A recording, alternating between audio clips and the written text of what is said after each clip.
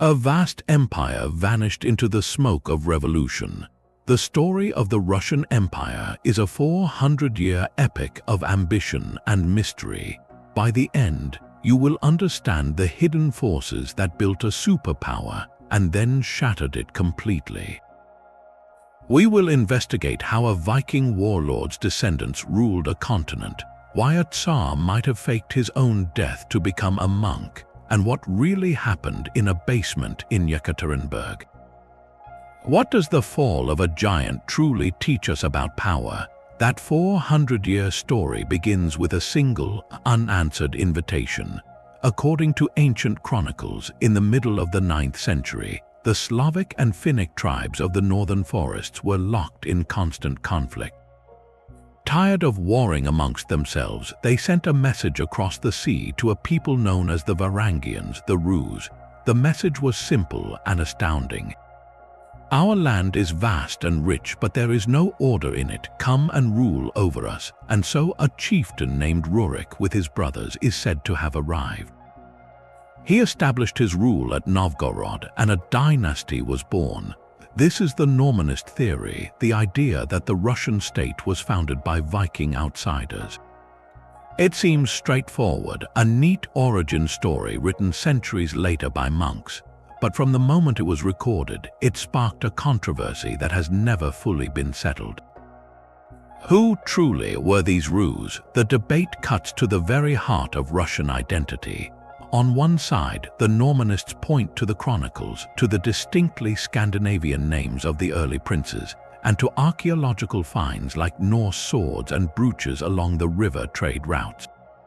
They argue that the Rus were Scandinavian Vikings, traders and warriors who navigated the river systems from the Baltic to the Black Sea, connecting the Norse world with the riches of Byzantium and the Abbasid Caliphate. These were the organizers, the bringers of order and international trade. The anti-Normanist view, however, challenges this directly.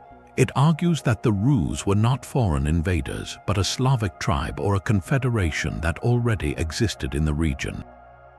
The invitation to Rurik, in this view, might be a later myth crafted to legitimize a ruling dynasty by giving it a noble, external origin.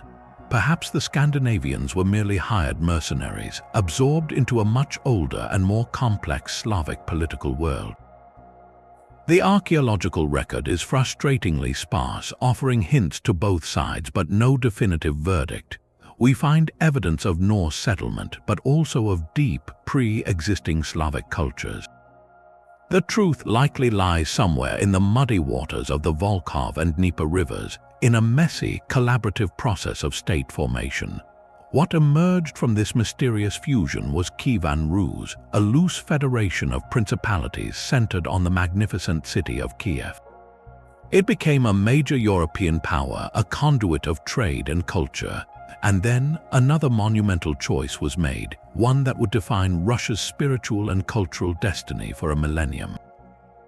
Prince Vladimir the Great, a descendant of Rurik, stood at a crossroads. He reportedly sent envoys to investigate the major faiths of the world. They rejected Islam for its prohibition on alcohol, saying, "Drinking is the joy of the Rus. We cannot exist without that pleasure."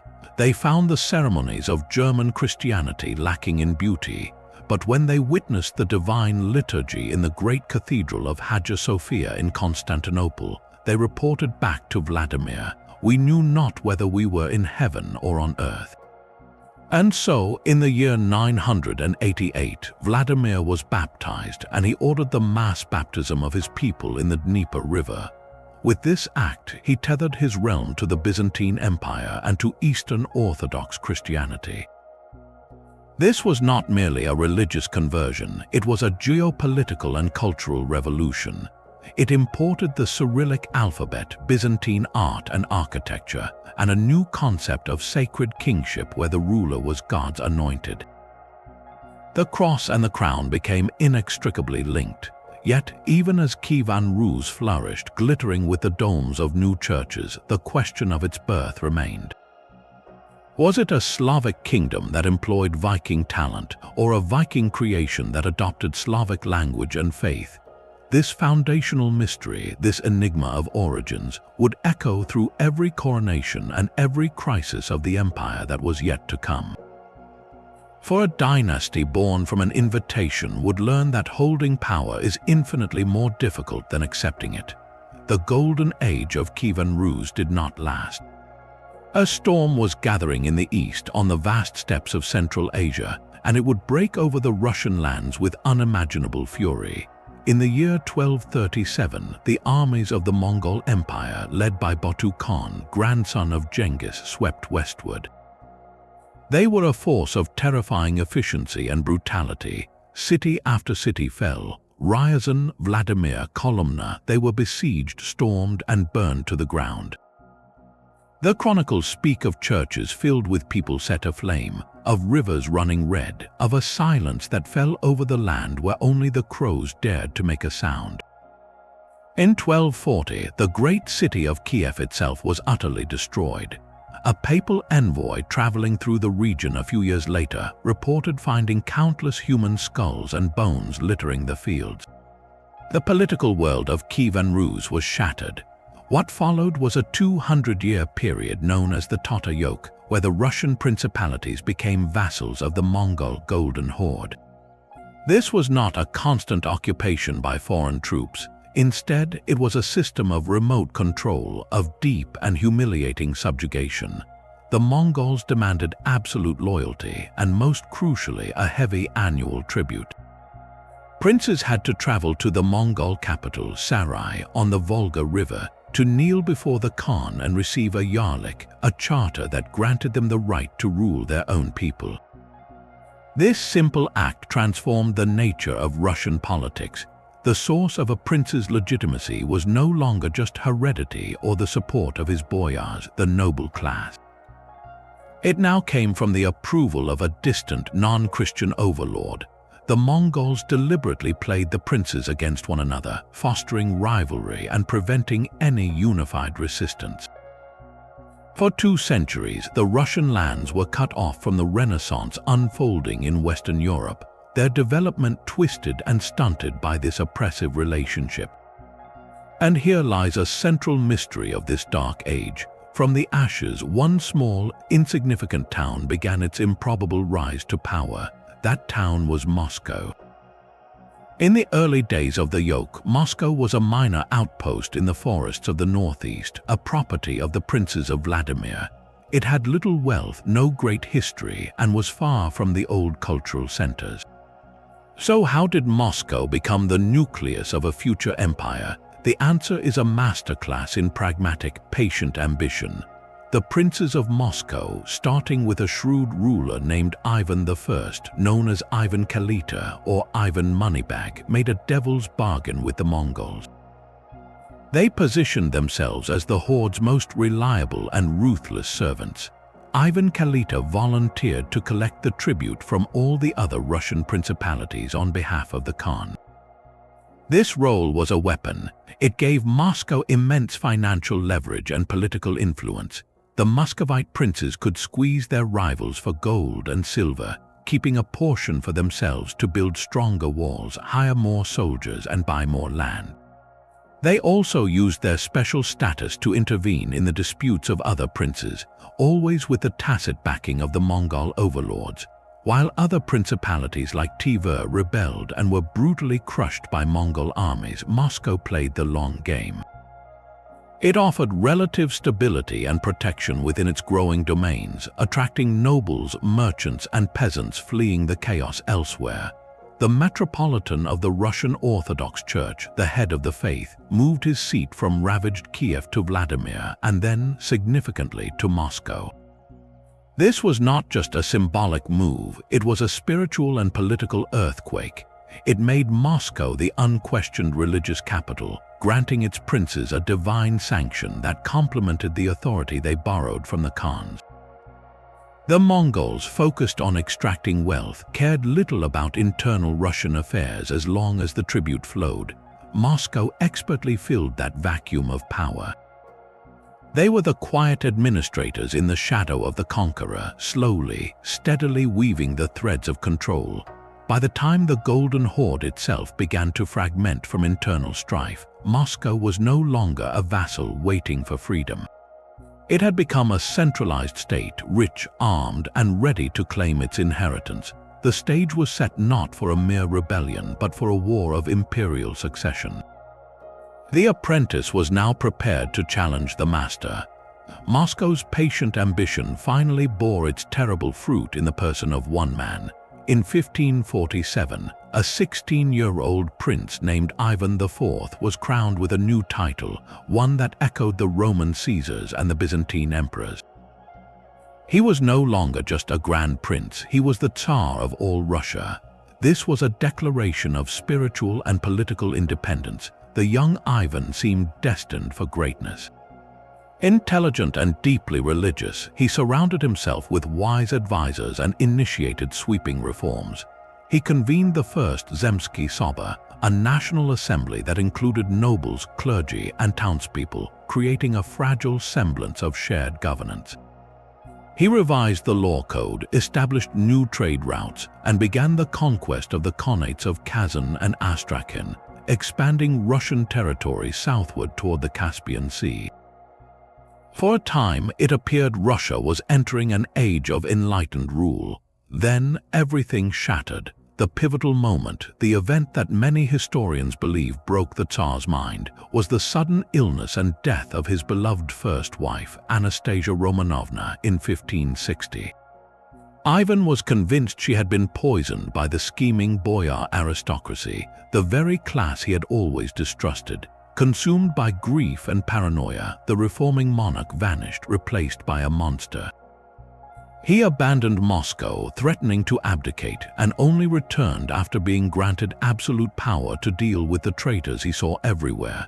This was the birth of the Oprichnina, a state within a state. Ivan carved out vast personal territories, separate from the rest of Russia, the Zemstvo. To administer this private domain, he created the Oprichniki, a brotherhood of several thousand men dressed in black robes, riding black horses with the symbols of a dog's head and a broom tied to their saddles. Their mission was to sniff out treason and sweep it from the land. They were not just a secret police, they were a death cult operating with the Tsar's divine blessing. The Oprichniki unleashed a reign of terror unparalleled in Russian history.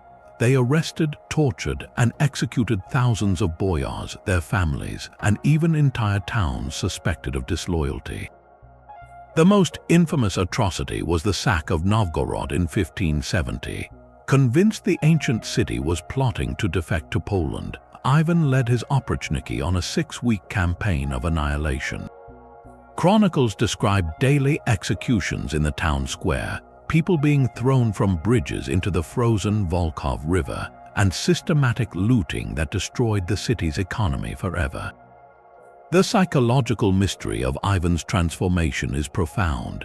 Was he a rational tyrant using calculated terror to crush aristocratic opposition and centralize power? Or was he a genuinely paranoid, mentally unstable individual, driven mad by grief and the unchecked power of his own divine right? The evidence points to a chilling fusion of both. His tyranny did centralize the state, breaking the back of the old nobility, but at a catastrophic cost. He created a precedent where the Tsar's will was law, beyond any moral or legal constraint. He fostered a culture of fear and sycophancy that would poison Russian governance for centuries. In a fit of rage, he even murdered his own son and heir, Tsarevich Ivan, with a pointed staff, leaving the throne to his unprepared younger son, the feeble-minded Fyodor. Ivan IV died in 1584, leaving behind a realm both expanded and traumatized. He was remembered not as Ivan the Great, but as Ivan Grozny, a title that translates not to terrible in the modern sense, but to awe-inspiring and dread. A ruler who commanded fear as much as respect. He had forged an autocracy in blood and fire, proving that the power Moscow had so carefully gathered could be wielded as a weapon against its own people. The empire now had a single, undisputed master, but the throne was stained, and the dynasty itself was teetering on the brink of collapse. the throne Ivan left behind was a poisoned chalice. His surviving son, Fedor I, was a gentle, deeply pious man utterly unsuited to the brutal realities of rule. Power quickly fell into the hands of his brother-in-law, the cunning boyar Boris Godunov. For over a decade, Godunov ruled as regent, and when the childless Fedor died in 1598, the ancient Rurik dynasty, which had ruled for over 700 years, simply blinked out of existence. An assembly of nobles desperate for stability elected Boris Godunov as Tsar. He was capable, even progressive, but he carried a dark cloud of suspicion. For years earlier, a terrible tragedy had occurred. Ivan the Terrible's youngest son from his last marriage, a boy named Dmitry, was living in exile with his mother in the town of Uglik. In 1591, the 9-year-old prince was found dead in a courtyard, his throat slit. An official investigation, controlled by Godunov, declared it a tragic accident, claiming the epileptic boy had fallen on his own knife during a seizure. Few believed it. The whispers were immediate and damning that Boris Godunov had ordered the murder to clear his own path to power. Whether true or not, this unresolved death became a ghost that would haunt the entire nation. With no legitimate Rurikid heir, the foundation of the state itself seemed to crumble. Then, just a few years into Boris Godunov's reign, catastrophe struck. A series of devastating famines caused by volcanic winters and crop failures swept across the land. Peasants starved in the millions, towns descended into cannibalism, and the social order dissolved into chaos. The people saw this as divine punishment for the sin of accepting a Tsar who was not of the sacred blood. Into this void of despair and superstition stepped a figure from the shadows. A young man appeared in Poland, Lithuania, claiming to be none other than Tsarevich Dmitry, miraculously saved from the assassins in Uglik. He was charismatic, spoke Russian and Polish, and bore mysterious scars. He gathered an army of Polish adventurers, disaffected Cossacks, and Russian nobles opposed to Godunov. This was the first false Dmitry. His appearance was a psychological earthquake. For a population drowning in misery, the promise of a true, God-anointed prince returning from the dead was irresistible. When Boris Godunov died suddenly in 1605, the path to Moscow lay open. The false Dmitry marched into the Kremlin and was crowned Tsar, but the mystery only deepened. Who was this impostor? Most historians believe he was a runaway monk named Grigory Otrepiev, but his ability to convince so many, including Dmitry's own mother who initially recognized him, suggests a performance of breathtaking audacity. His reign was short and scandalous, filled with his Polish Catholic entourage who openly disdained Russian Orthodox customs. Within a year, he was overthrown and killed in a bloody boyar-led uprising. Yet the ghost of Dmitry would not stay buried. Almost immediately, a second false Dmitry appeared, then a third. The state descended into a surreal nightmare, a period known as the Smuta, the time of troubles. It was a civil war where truth itself was a casualty. Armies loyal to shifting coalitions of boyars, Cossacks, and peasants roamed the countryside. Foreign powers saw their opportunity. Polish-Lithuanian forces marched in, capturing Moscow and placing a Polish prince on the Russian throne. Swedish armies seized Novgorod. For a moment, it seemed the Russian state would be completely erased, partitioned between its neighbors.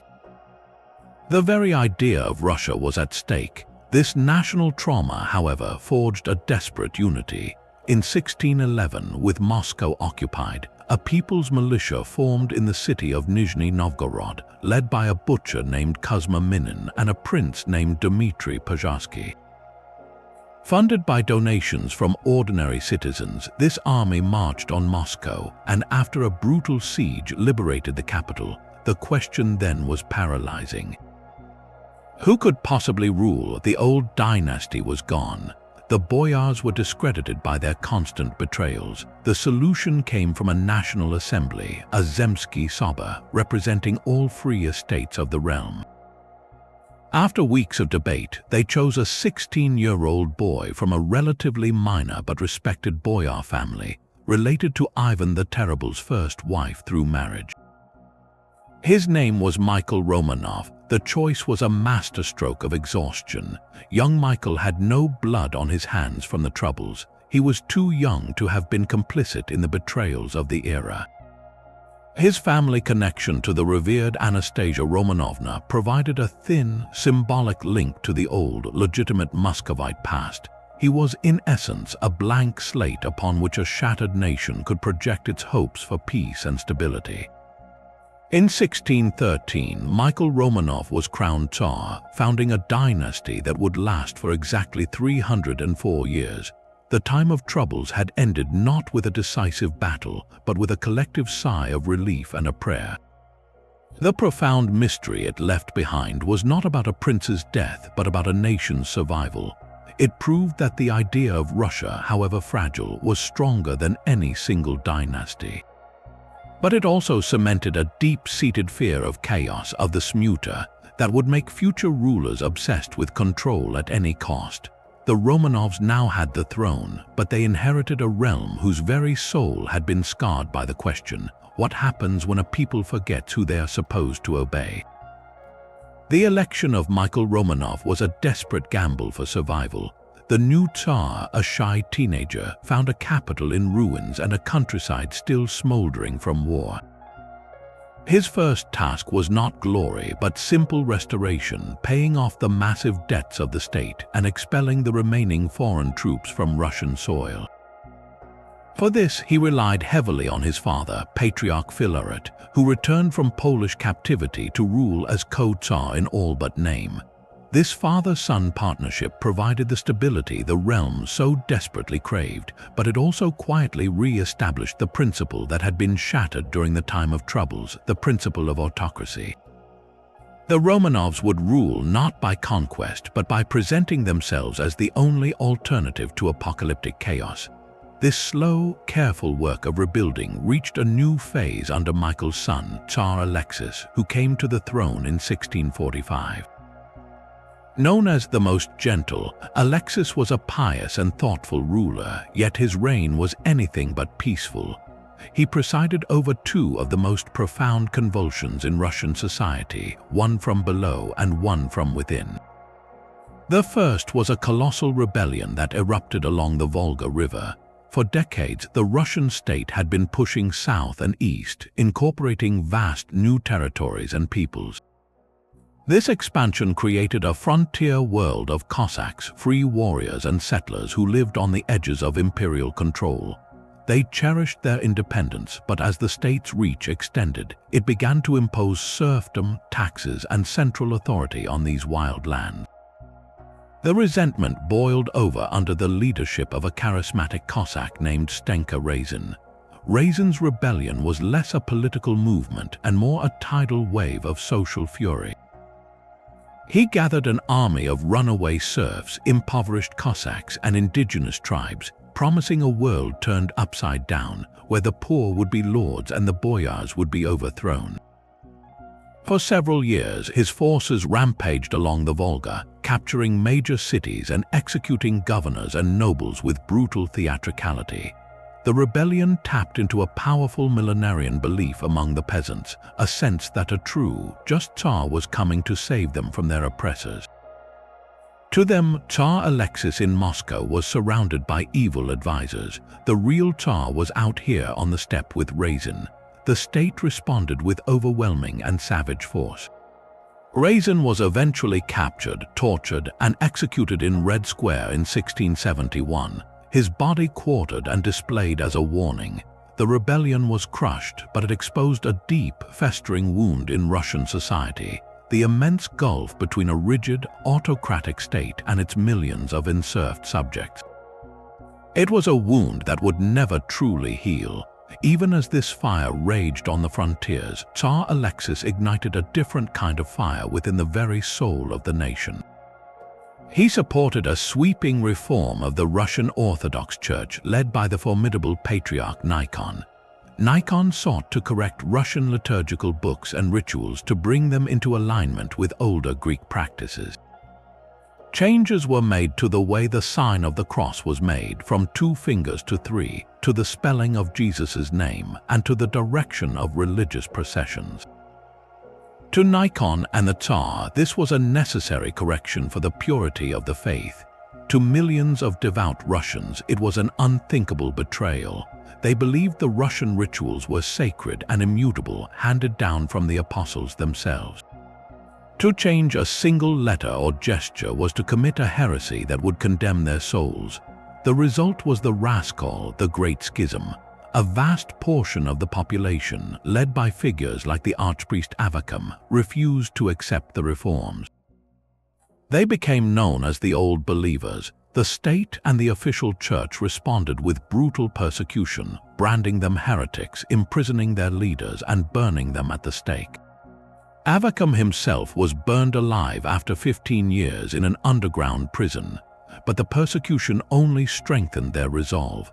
The Old Believers saw the Reformed Church and the state that backed it as the kingdom of the Antichrist. Thousands fled to the remotest corners of the empire, to the frozen north and the Siberian taiga, forming isolated communities that preserved the old ways for centuries. The Raskol fractured Russian spiritual unity forever. It created a permanent undercurrent of dissent and suspicion towards central authority, proving that even the Tsar's command could not control the conscience of his people. By the end of Tsar Alexis's reign, the early Romanov pattern was clear. Through suppression of revolts and control of faith, they had rebuilt the autocratic state, stronger and more centralized than ever. But they had also sown seeds of deep social and religious discord. The empire was now internally fortified, yet it remained culturally isolated from a Europe that was racing through the scientific revolution and the Enlightenment. Russia was a giant, but it was a giant facing east, its back turned to the west. The next ruler would violently wrench that giant around, and the cost of that turn would be measured in blood and the life of his own son. The throne passed to a boy who would become a force of nature. Peter I was a physical giant, standing nearly 7 feet tall, with a restless energy that seemed to shake the foundations of old Muscovy. He was not content to be a Tsar in the traditional sense, a distant ruler cloistered in the Kremlin.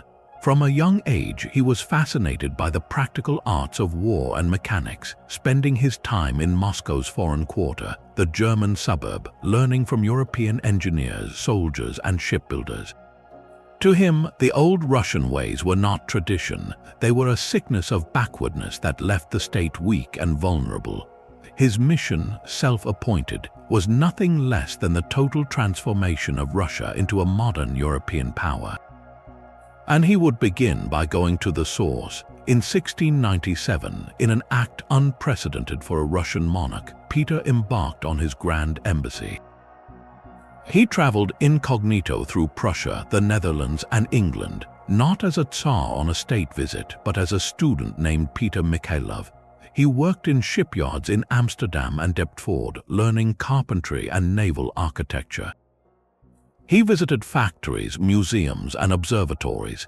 He hired hundreds of European experts in artillery, navigation, medicine, and engineering, luring them back to Russia with promises of high pay and prestige.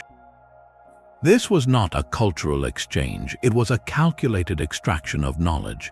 Peter saw Europe not as a rival civilization, but as a toolbox, and he intended to bring every wrench and blueprint home.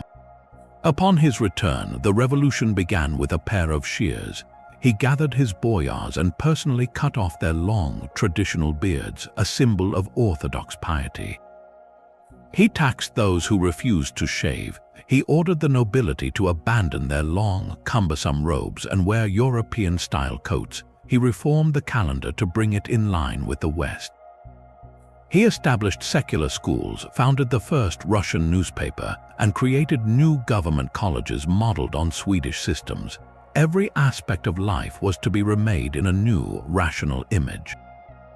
But his most audacious project was a city built on a nightmare.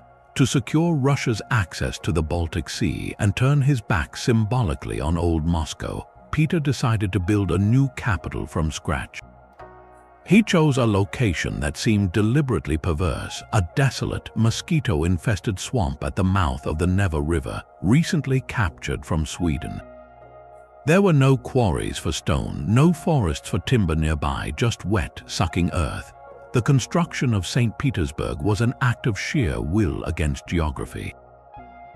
Tens of thousands of serfs, soldiers, and Swedish prisoners of war were conscripted as forced laborers. They worked in brutal conditions up to their knees in freezing water, driven by the knout, a vicious whip. Disease and accidents killed an estimated 30,000 men in the first few years alone. Peter's new window to the west was glazed with human suffering. Yet from this misery, a breathtaking city of canals and Baroque palaces arose, a direct imitation of Amsterdam, a European facade planted on Russian soil. This cultural revolution was fueled by military necessity. Peter's reforms were aimed at one overriding goal: defeating Sweden, the dominant power in Northern Europe. The Great Northern War, which dragged on for 21 years, was the crucible in which modern Russia was forged. Early on, Peter suffered a catastrophic defeat at the Battle of Narva in 1700, where a smaller Swedish army routed his inexperienced forces. Rather than despair, Peter saw it as a lesson. He melted down church bells to cast new cannons. He drilled his army relentlessly, creating a professional standing force based on European discipline. Most importantly, he built a navy from nothing, understanding that control of the Baltic was key. The turning point came at the Battle of Poltava in 1709. Peter's reformed army decisively crushed the invading forces of Sweden's brilliant King Charles XII. It was a victory that echoed across Europe, announcing Russia's arrival as a great power. The war finally ended in 1721 with the Treaty of Nystad. Russia gained its precious window, a vast stretch of Baltic coastline, including the territories of Livonia and Ingria. Peter was proclaimed emperor, and Russia was officially renamed the Russian Empire. He had dragged his country into the modern age, but the personal cost of this titanic effort was horrific. The great mystery and tragedy of Peter's reign centers on his own son and heir, Alexei. The boy was everything his father despised: shy, bookish, deeply religious, and clinging to the old Muscovite ways. He represented the past Peter was trying to annihilate. Peter pressured Alexei to become his successor in spirit as well as name, but the prince showed no interest in military or state affairs. Fearing his father's wrath, Alexei eventually fled to Vienna, seeking protection from the Holy Roman Emperor. Peter, seeing this as the ultimate betrayal, lured him back with promises of forgiveness, then had him arrested and charged with treason. What followed was a state terror focused on the crown prince himself. Alexei was tortured in the Peter and Paul fortress, the very symbol of his father's new capital. Under the knout, he implicated others, but the real target was his own lineage. A court composed of Peter's closest advisors found Alexei guilty and sentenced him to death. Before the sentence could be carried out, Alexei died in his cell in 1718. The official cause was a stroke brought on by the shock of his sentence, but the whispers of murder of a father who ordered the execution of his own son to protect his life's work have never faded. Peter had broken the old Russia on the anvil of his will, and in the process he had shattered his own family. He left behind an empire that was now a European power, a navy, a modern capital, and a system of government that was, in theory, rational. But he also left an autocracy more absolute than ever, where the will of the ruler could demand not just beards and buildings, but the life of his heir. The Titan was gone. Who could possibly rule in his shadow? Peter the Great died without naming a successor. The Titan was gone, and the throne he had built with such absolute power now became a glittering, unstable prize.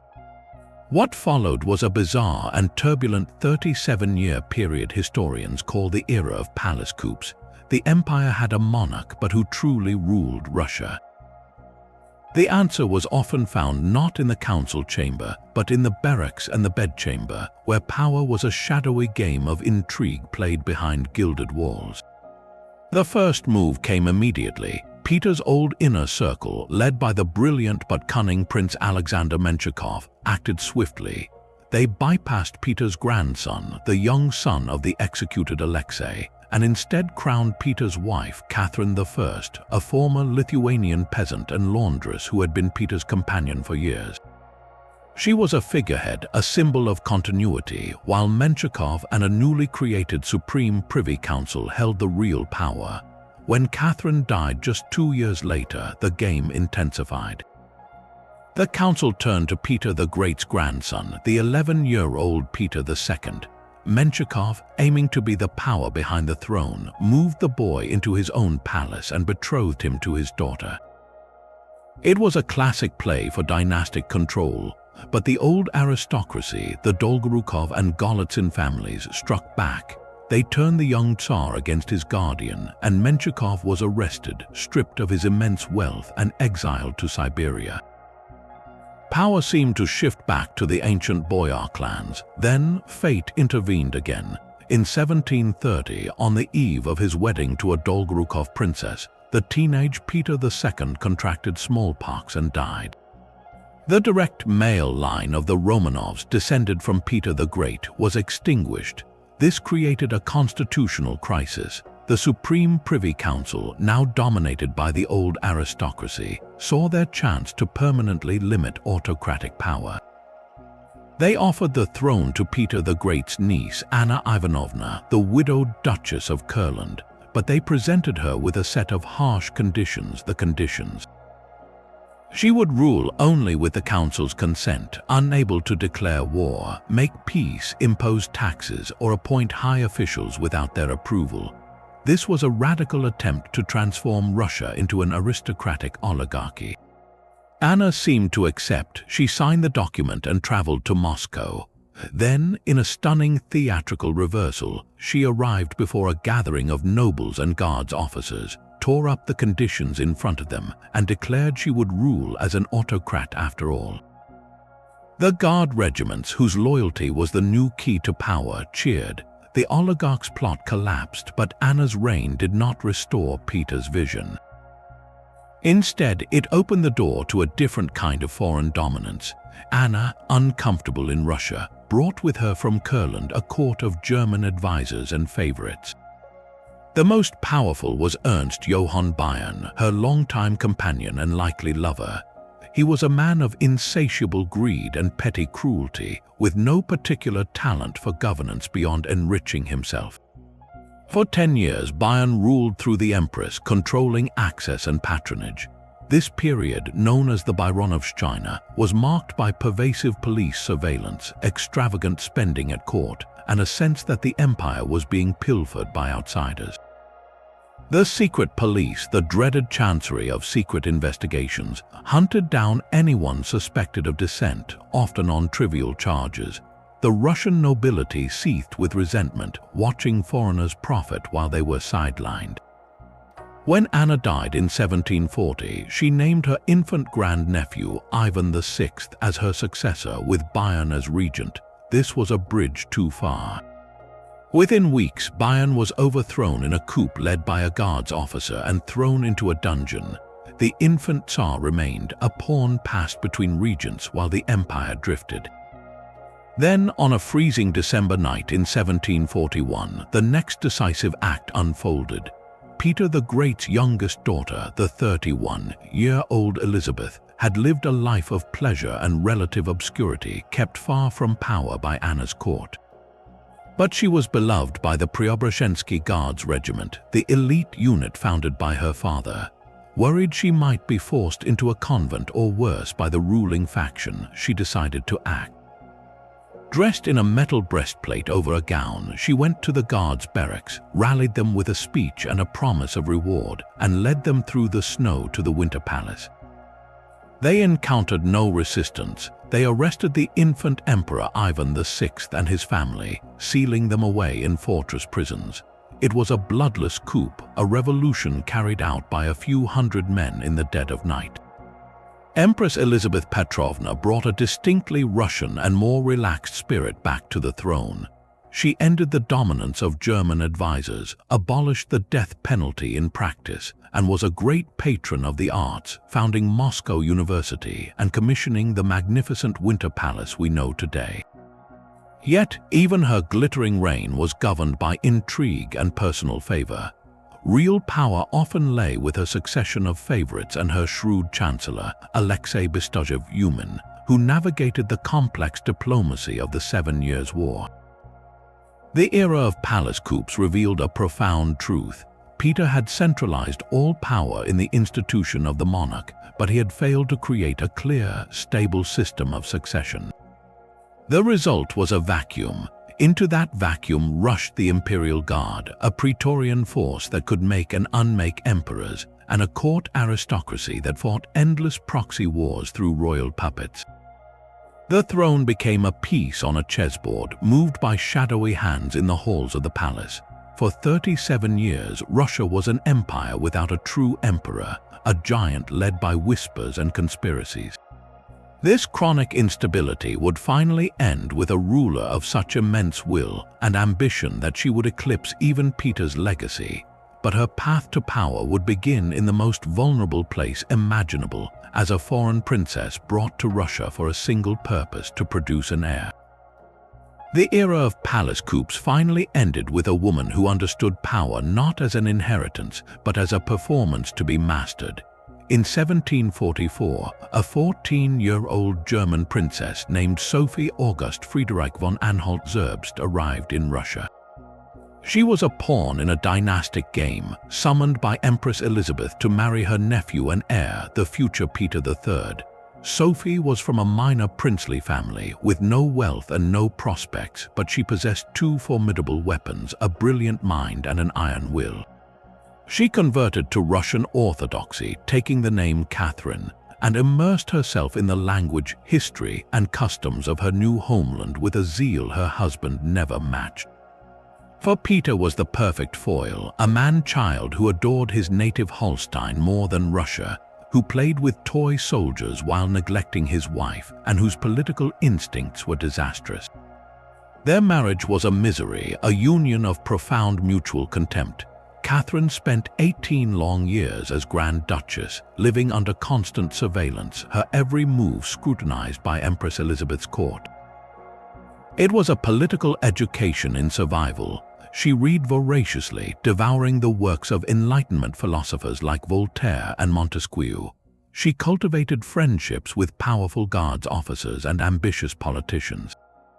She learned to wear a mask of dutiful submission while building a network of loyalty that would one day prove decisive. When Empress Elizabeth died in 1761 and Peter ascended the throne, the crisis arrived within months. Tsar Peter III managed to alienate almost every powerful segment of Russian society in half a year. He abruptly ended the successful 7 Years' War, returning all conquered territory to Prussia, outraging the military that had bled for those victories. He publicly mocked Orthodox rituals and announced plans to confiscate church lands. He wore a Prussian uniform, openly idolized Frederick the Great, and seemed to view Russia as a backward province of Germany. The nation saw a Tsar who was in essence a foreign occupier on his own throne. Catherine saw her moment. With Peter away at a summer palace, she acted. On June 28, 1762, she traveled to the barracks of the Izmailovsky Regiment in St. Petersburg. With the support of her lover, Guards officer Grigory Orlov, and his brothers, she presented herself to the soldiers not as a usurper, but as a mother of Russia in peril. The troops swore allegiance to her. The Semenovsky and Preobrazhensky regiments followed. The powerful Orthodox clergy and the court, equally terrified of Peter's erratic rule, offered their support. By the time Peter realized what was happening, he had no army left to command. He was arrested, forced to sign an abdication, and taken to a remote estate at Ropsha.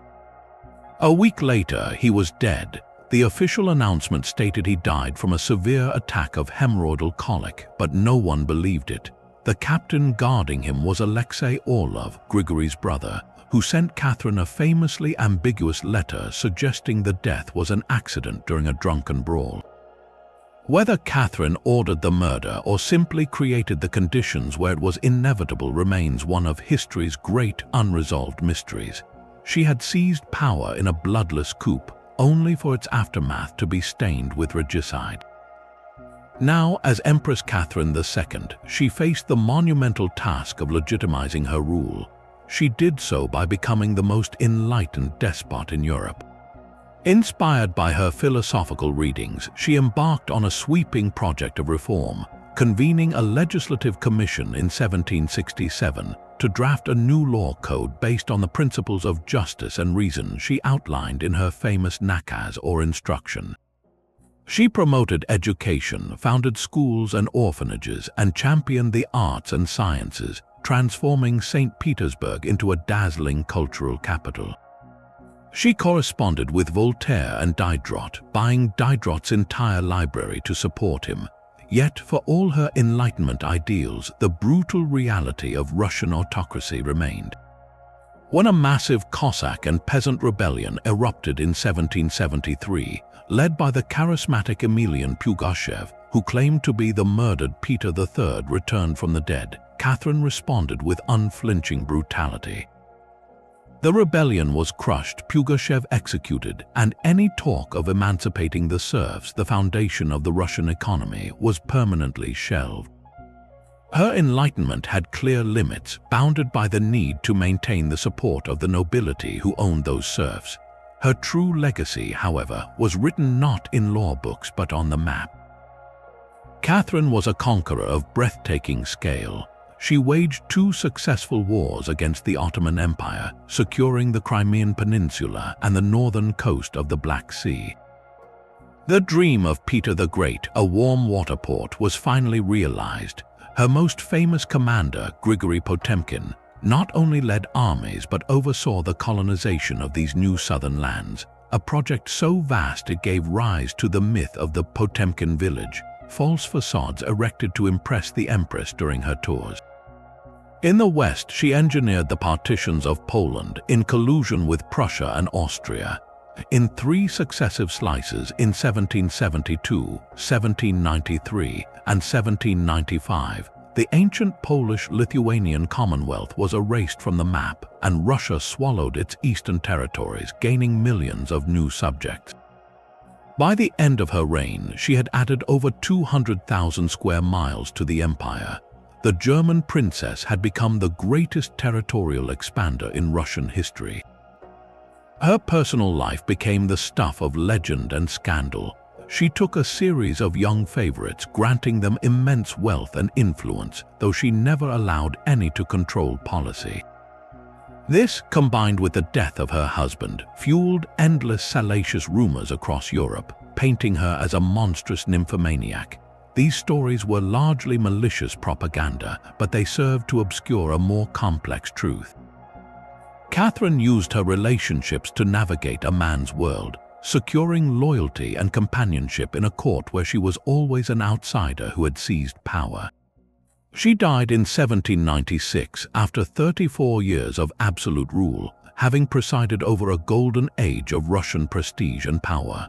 She left an empire that was feared, admired, and vastly enlarged. But she also left a deeper contradiction unresolved, a nation that aspired to the enlightened ideals of the West while resting on the medieval foundations of serfdom and absolute autocracy. The philosophical queen had made Russia a European giant, but the shadow of the palace coup and the silent, suffering millions created a tension that would one day tear the empire apart.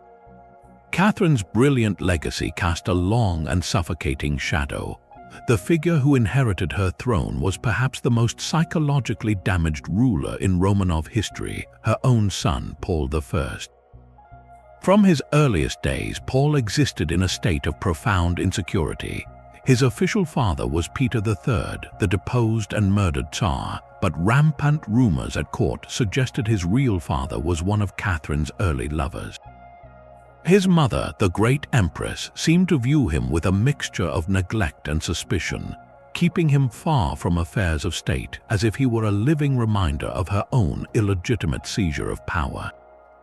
He grew up isolated, brooding, and obsessed with two things: the memory of his supposedly martyred father, Peter, and the strict, orderly principles of military discipline. When Catherine died in 1796, the 42-year-old Paul finally ascended the throne, a vault of long-suppressed resentments waiting to explode. His reign was a deliberate and spiteful reversal of everything his mother had stood for. He repealed the charter to the nobility, which had granted them freedom from compulsory state service. He reimposed corporal punishment for the noble class. He censored foreign books and travel, attempting to seal Russia off from the revolutionary ideas that had recently toppled the French monarchy. His mind, however, was most deeply captivated by a chivalric fantasy. He became Grand Master of the Knights of Malta, a medieval Catholic military order that had lost its Mediterranean base to Napoleon. Paul poured Russian treasury funds into their cause, built a palace for them in St. Petersburg, and incorporated their 8-pointed cross into the Russian coat of arms. To his court and his nobles, this was not statesmanship, it was the dangerous obsession of an unstable mind. His true passion was for the minutiae of the parade ground. He imposed a brutally rigid Prussian-style military code on the Russian army, obsessed with uniforms, wigs, and precise drill movements. Soldiers were punished severely for the slightest infraction, like a speck of dust on a boot. This alienated the proud officer corps, men who had won glory under Catherine's great commanders, Suvorov and Kutuzov. They now felt like puppets in a tyrant's toy theater. Paul's paranoia grew with each perceived slight. He constructed the Mikhailovsky Castle in St. Petersburg, a moated, fortress-like residence with secret passages and drawbridges, convinced it would be a safe refuge from his enemies. It became his gilded prison. He trusted no one, not even his own sons. He publicly humiliated his heir, the future Alexander I, and spoke of changing the succession laws. For the aristocracy, the final straw was Paul's erratic foreign policy. He suddenly broke Russia's alliance with Britain and prepared to launch a madcap military expedition alongside Napoleon to attack British India. This threatened the economic interests of the noble class, whose wealth was tied to grain exports to England. A conspiracy began to form, not in dark alleyways, but in the elegant drawing rooms of St. Petersburg's highest nobility. The Governor-General of the city, Count Peter von der Pollen, was its mastermind. He secured the reluctant, guilt-ridden consent of Paul's own son and heir, Alexander, who believed the plot was only to force his father's abdication, not to harm him. Key officers of the elite guards regiments were brought into the fold. On the night of March 11, 1801, the conspirators made their move. After a drunken dinner, a group of them, including generals and counts, marched to the newly built Mikhailovsky Castle.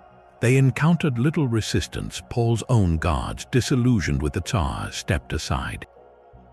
The men, fueled by alcohol and fear, stormed up the stairs to the imperial bedroom. They found Paul cowering behind a screen, dressed in a nightshirt.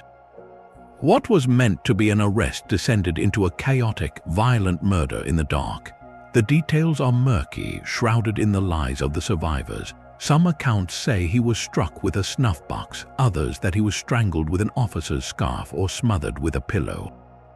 The official announcement, issued the next morning, stated that the 56-year-old Tsar had died suddenly from a stroke. No one was fooled. The mystery of that night was not the identity of the killers, which was an open secret, but the precise moment the plan shifted from deposition to regicide. Did Count Pollen always intend murder? Did the situation simply spiral out of control in a panic? And what of the young Alexander waiting in a nearby room, hearing the commotion? He would carry the trauma of that night and the burden of his complicity for the rest of his life. Paul's doomed reign lasted only 4 years, 4 months, and 4 days. It ended as it began, in violence and shadow. proving that the crown of the Romanovs could be as deadly to wear as it was glorious to behold. The bloodstains on the throne were still fresh when Alexander I was proclaimed emperor. Haunted by the murder of his father, the young Tsar carried a burden of guilt and a flicker of idealism. In his early years, he surrounded himself with liberal advisors, spoke of granting a constitution, and even toyed with the idea of emancipating the serfs. He founded new universities and reformed the government. For a moment, it seemed the spirit of the Enlightenment, so cherished by his grandmother Catherine, might finally soften the autocracy. But these were dreams that faded against the harsh dawn of realpolitik. The great consuming fire of his reign was not internal reform, but a foreign invasion of apocalyptic scale. The threat was Napoleon Bonaparte, the Corsican general who had conquered Europe.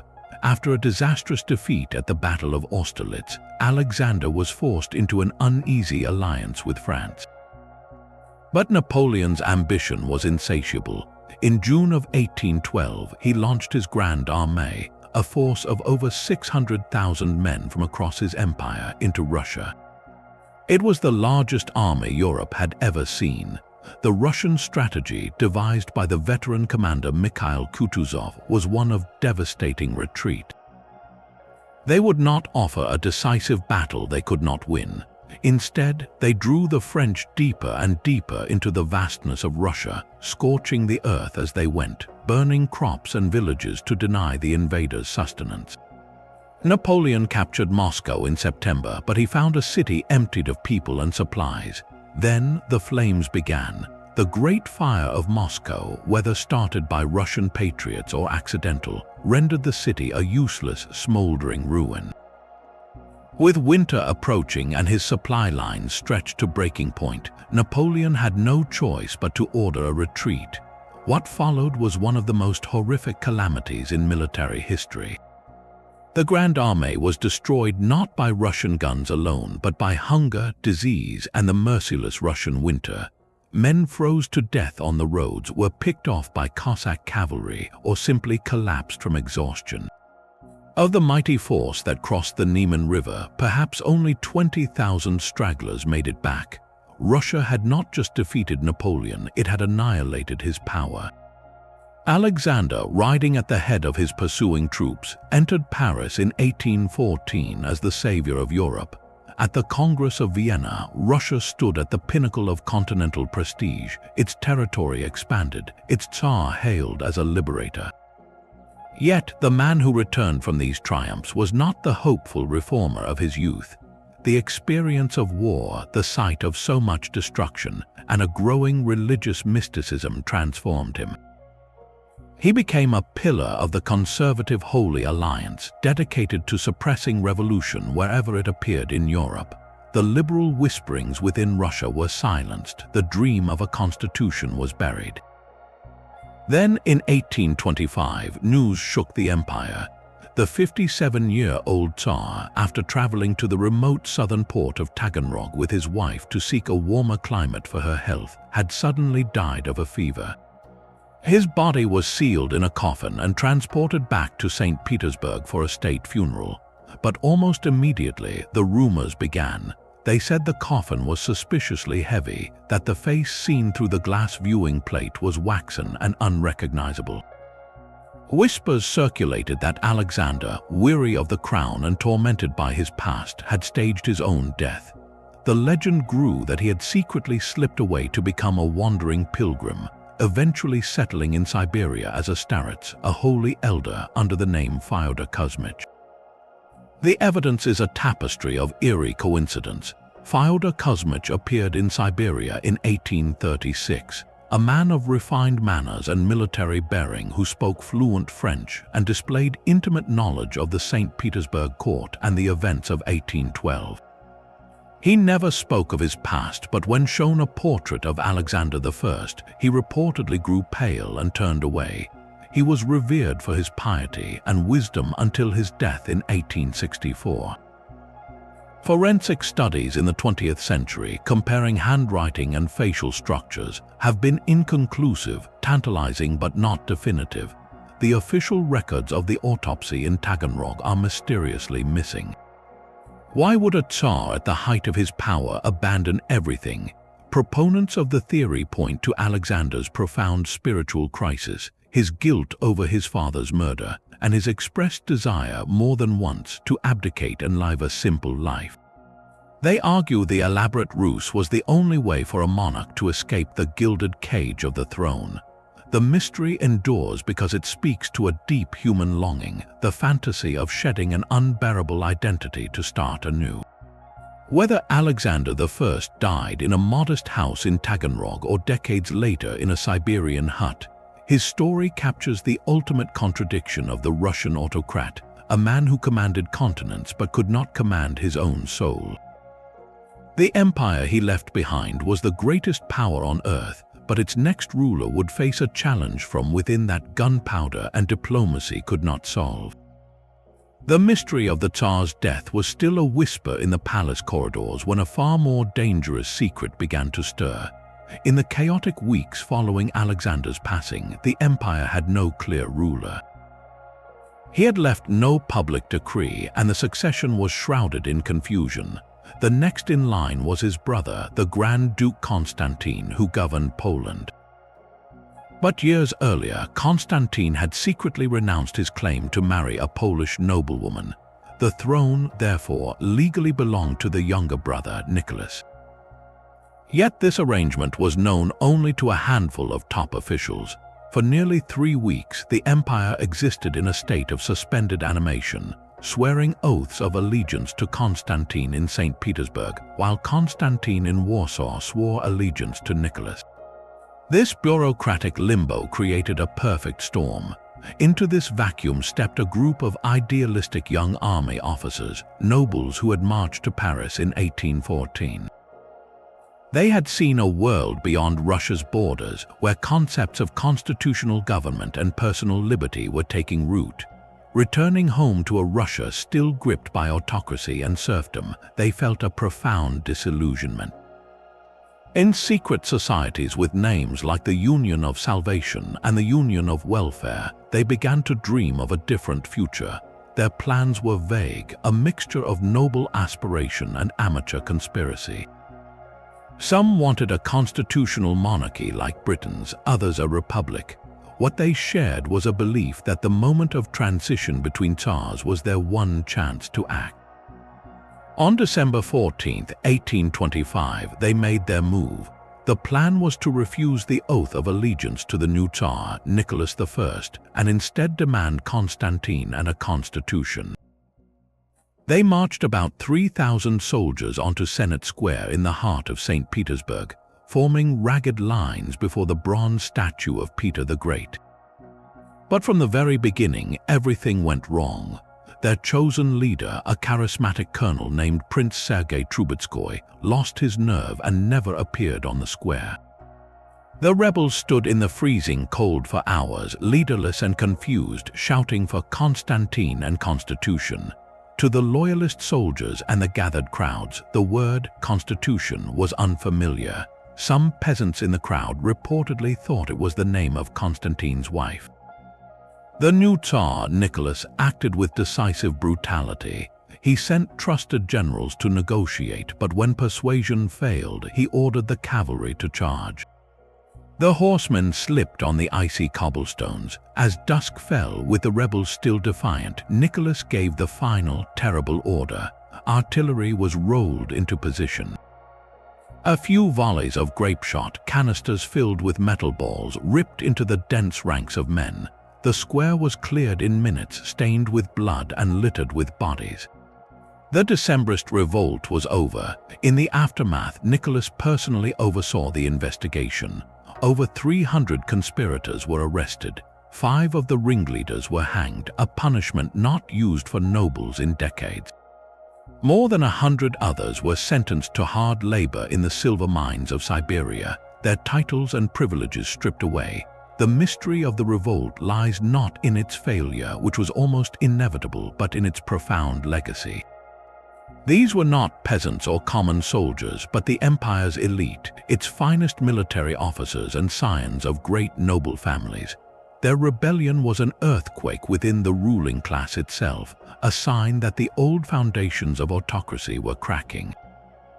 For Nicholas, the lesson was searing. He saw the revolt as a moral plague spread by foreign ideas.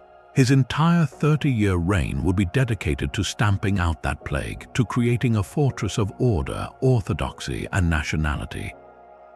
He established the Third Section, a secret police force with sweeping powers to monitor dissent. Censorship became suffocating. Education was tightly controlled to produce loyal subjects, not free thinkers. The Decembrist wives provided the saga with its most haunting epilogue. Many of these women, noble women of the highest court circles, made an astonishing choice. They voluntarily gave up their titles, their wealth, and their lives in St. Petersburg to follow their condemned husbands into Siberian exile.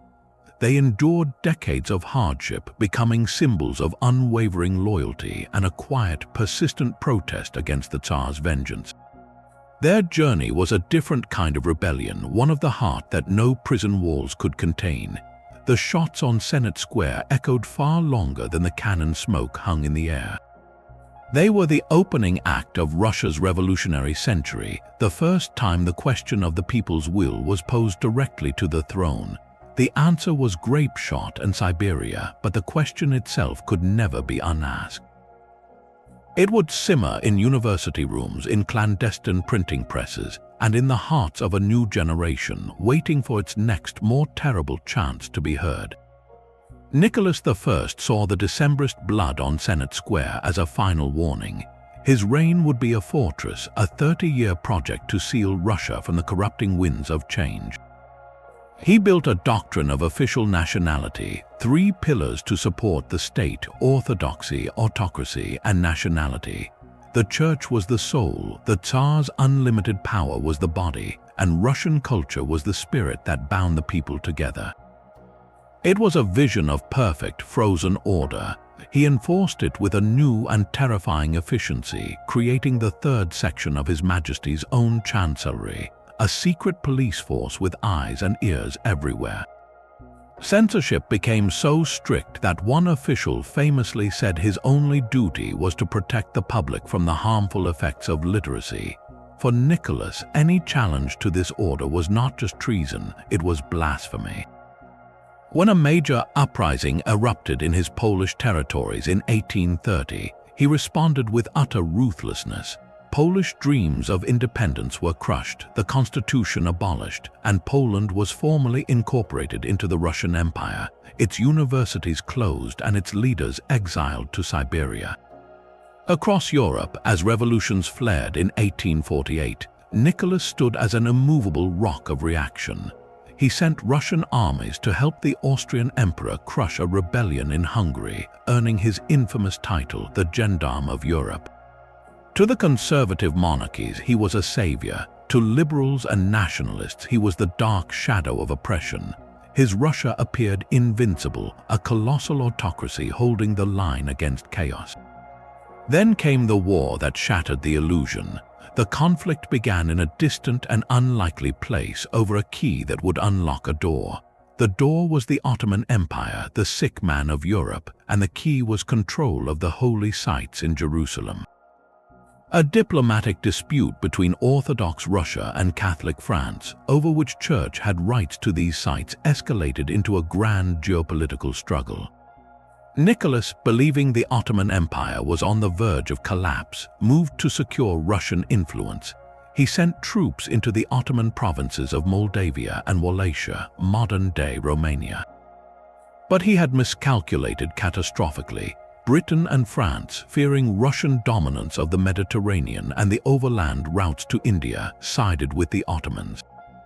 In 1853, the Crimean War began. It was a conflict of shocking incompetence and needless suffering. The Russian army, the very instrument of Nicholas's power, was exposed as a relic. While British and French troops were equipped with modern rifled muskets that could hit a target from hundreds of yards away, most Russian soldiers still carried smoothbore muskets from the Napoleonic era, accurate only at point-blank range. The Allies had steam-powered warships. The Russian Black Sea Fleet was largely sailing vessels, but the greatest failure was logistical. To supply their armies fighting on the Crimean Peninsula, the British and French built a railway from their supply ports. The Russians had no railway south of Moscow.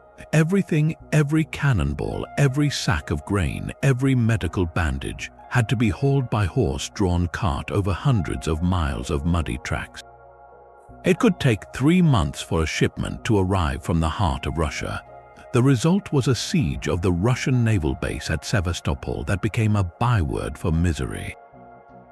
The Allied forces endured their own horrors, famously exposed by journalists for the first time, but the Russian defenders suffered far worse. They died in trenches flooded with freezing water from cholera and typhus, and from wounds that went untreated due to a near-total lack of medical supplies. The courage of the common soldier was boundless, but it was wasted by a system that valued parade ground polish over practical readiness. After 11 brutal months, Sevastopol fell. The war ended with the Treaty of Paris in 1856, a humiliating defeat for Russia. It was forced to demilitarize the Black Sea and lost its protectorate over the Orthodox subjects of the Ottoman Empire. The myth of Russian military invincibility, carefully cultivated since the days of Peter the Great, was dead. For Nicholas I, the gendarme of Europe, this was an unendurable shock. He had defined his entire reign by strength and order, and now his empire had been beaten on its own doorstep by nations he considered decadent and weak. In the early months of 1855, as the disaster in Crimea unfolded, the Tsar fell ill. The official cause was pneumonia, caught after inspecting troops in the bitter cold without a proper coat. He died in the Winter Palace on March 2nd, but almost immediately a persistent rumor took hold, one whispered in drawing rooms and recorded in private diaries. It was said that Nicholas, broken by the shame of defeat, had ordered his doctor to give him poison. Another version claimed he simply refused medicine, willing himself to die. Could the Iron Tsar, the pillar of autocracy, have chosen to take his own life rather than face the consequences of his failure? The evidence is circumstantial but compelling. He was reported to be in a state of deep melancholy in his final days, telling his son and heir, Alexander, "I hand you command of the country in a poor state." His death was remarkably convenient, sparing him the ultimate humiliation of signing a catastrophic peace treaty. Whether by disease or by his own hand, his passing marked the end of an era. The fortress of order lay in ruins, its walls breached by the cannons of Crimea. The next Tsar would inherit an impossible task: to reform an empire that had just proven it could not survive as it was, but where any change threatened to unleash the very forces his father had spent a lifetime trying to suppress. The fortress of order had crumbled, and the new Tsar inherited only its ruins. Alexander II faced a stark and inescapable truth. The system built by his father was not just flawed, it was broken. The humiliation of the Crimean War proved that a nation of serfs could not compete with modern industrial powers. The peasant, bound to the land and to the noble master, had no incentive to innovate or fight for a state that offered him nothing but bondage. Alexander understood that to save the empire, he had to transform it from the ground up. And so he embarked on the most radical social engineering project in Russian history since the time of Peter the Great. He would free the serfs. For years, a secret committee wrestled with the monumental details. How do you dismantle an economic and social structure that has existed for centuries? The nobles would have to be compensated for the loss of their human property. The peasants would need land to survive. On March 3, 1861, Alexander signed the Emancipation Manifesto. With a stroke of a pen, 23 million human beings were declared legally free. It was an act of such profound moral and political magnitude that he earned the title Alexander the Liberator. Yet the devil was in the details, and those details bred deep bitterness. The peasants were not simply given the land they had worked for generations. They were forced to buy it from their former masters, taking on redemption payments to the state that would burden them for decades. The plots of land they received were often smaller and less fertile than the strips they had farmed as serfs. In many ways, the economic noose remained, just tied by different hands. The nobility, meanwhile, felt betrayed and financially ruined, losing their free labor and much of their wealth. The Great Emancipation, intended to create a stable class of loyal small farmers, instead created a sea of discontent. Alexander did not stop there. He launched a series of other great reforms. He established a new judicial system with public trials and independent judges, a revolutionary concept in an autocratic state. He reformed the military, reducing the term of service from 25 years to 6 and abolishing the brutal corporal punishment that had defined army life. He created elected local councils called zemstvos, which took charge of roads, schools, and public health in the provinces, the first hint of self-government Russians had ever known. These were the acts of a modernizing monarch, a ruler trying to build a legal state. But for a growing number of young Russians, it was too little, too late, and from the wrong source. They wanted not reform from above, but revolution from below. A new and terrifying force emerged from the universities and underground circles, the revolutionary terrorists. Groups like Land and Liberty believed the peasantry was a dormant revolutionary force that needed to be awakened, and the surest way to spark a general uprising was to assassinate the symbol of oppression, the Tsar himself. The age of bomb-throwing had begun. Alexander II lived under a sentence of death pronounced by his own subjects. The first attempt came in 1866, a pistol shot that missed. Then another and another. The police responded with arrests and executions, but each act of repression created new martyrs and hardened the resolve of the revolutionaries. The most dedicated faction crystallized into a group called Narodnaya Volya, the People's Will. They were not a mass movement, but a small, tightly organized cell of about 24 individuals. Their goal was singular and obsessive: to kill the Tsar. They operated with chilling patience and ingenuity, turning the city of St. Petersburg into a hunting ground. They rented apartments along the routes the Tsar was known to travel. They dug tunnels under streets to plant mines. In the winter of 1880, they succeeded in planting a massive bomb in the dining room of the Winter Palace itself. The explosion killed 11 soldiers and wounded dozens, but the Tsar, by chance, was late to dinner. He survived, but the message was clear: nowhere was safe. The security around Alexander became a fortress on the move. He varied his routes, traveled in armored carriages, and was surrounded by Cossack guards. Yet the People's Will adapted. They studied his patterns and prepared their final, elaborate plot. On March 1st, 1881, a Sunday, Alexander was returning to the Winter Palace after reviewing troops. His route took him along the Catherine Canal. The terrorists were waiting, positioned at key points. As the Tsar's carriage passed, a young man named Nikolai Rysakov threw a bomb under the horses. The explosion was deafening, wounding several Cossacks and a boy in the street, but the Tsar's carriage was armored. Alexander, shaken but unhurt, stepped out. Against the pleas of his guards, he insisted on checking on the wounded boy. It was a fatal moment of humanity. As he stood by the smoking crater, another conspirator, Ignacy Tranyaki, walked calmly up to him and dropped a second bomb at his feet. The blast was catastrophic. When the smoke cleared, Alexander lay on the cobblestones, his legs shattered, his stomach torn open, bleeding profusely. He was taken to the palace, where he died a few hours later. The liberator Tsar was killed by the very forces of change his reforms had unintentionally unleashed. The central mystery of that day is not who did it, but why he stopped. Why did Alexander, a man who had survived so many attempts, leave the safety of his carriage? Was it a leader's instinct to show courage to his people? A monarch's duty to his wounded subjects, or perhaps in that chaotic instant, a fatalistic understanding that the hunt was finally over? His death did not spark the popular uprising the people's will had dreamed of. Instead, it extinguished the last hope for peaceful, gradual reform from the throne. His son and successor, Alexander III, looking at his father's mutilated body, drew a very different lesson. The only answer to a bomb, he believed, was a fist. The bomb that killed the liberator forged a new kind of Tsar from grief and iron.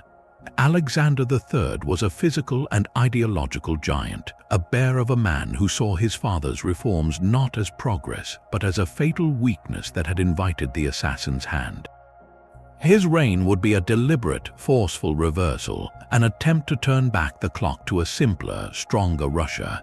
He dismissed his father's liberal advisors, tightened censorship to a stranglehold, and empowered the secret police, the Okhrana, to root out dissent with ruthless efficiency. The tentative steps toward a legal state were halted. The key word of his rule was samodarzhevy, autocracy, in its purest, most unyielding form. This philosophy extended brutally to the empire's diverse peoples through a policy of Russification. For Alexander, a strong Russia was a uniform Russia. Across the vast territories from Poland to Finland to the Caucasus, local languages were suppressed in schools and government. The Russian Orthodox Church was promoted as a tool of state unity, while the rights of Jews were severely restricted through harsh new laws, sparking waves of emigration and pogroms. He sought to crush not just political opposition, but cultural difference itself, believing unity could be hammered into the empire by force. Yet for all his imposing strength, an event on a lonely stretch of railway would threaten to wipe his entire family from history and spawn a legend of almost superhuman power. On October 17, 1888, the imperial train was speeding back to St. Petersburg from the Crimea. Near the small station of Borky, disaster struck. At full velocity, the train jumped the tracks. Carriages piled into each other, splintering into kindling. The dining car where the Tsar, his wife Tsarina Maria Fedorovna, and their children, including the future Nicholas II, were having lunch, was utterly crushed. The roof caved in, the walls buckled. In the chaos of dust, screams, and twisted metal, a story emerged that would be told and retold across Russia. Witnesses claimed that Alexander III, with the ceiling collapsing upon them, used his colossal frame to hold up the heavy roof of the carriage with his bare back, creating a pocket of safety long enough for his family to be pulled from the wreckage. 21 people died in the crash and many more were injured, but the imperial family emerged alive with only minor cuts and bruises. The image of the Tsar as an atlas holding up the very world for his family was a propaganda gift. It painted him as a literal pillar of strength, a protector chosen by God. The official investigation blamed poor track maintenance and excessive speed. But from the very beginning, whispers of something more sinister circulated. Could the Borky disaster have been a failed assassination attempt? The revolutionary group that had killed his father was shattered, but new cells existed.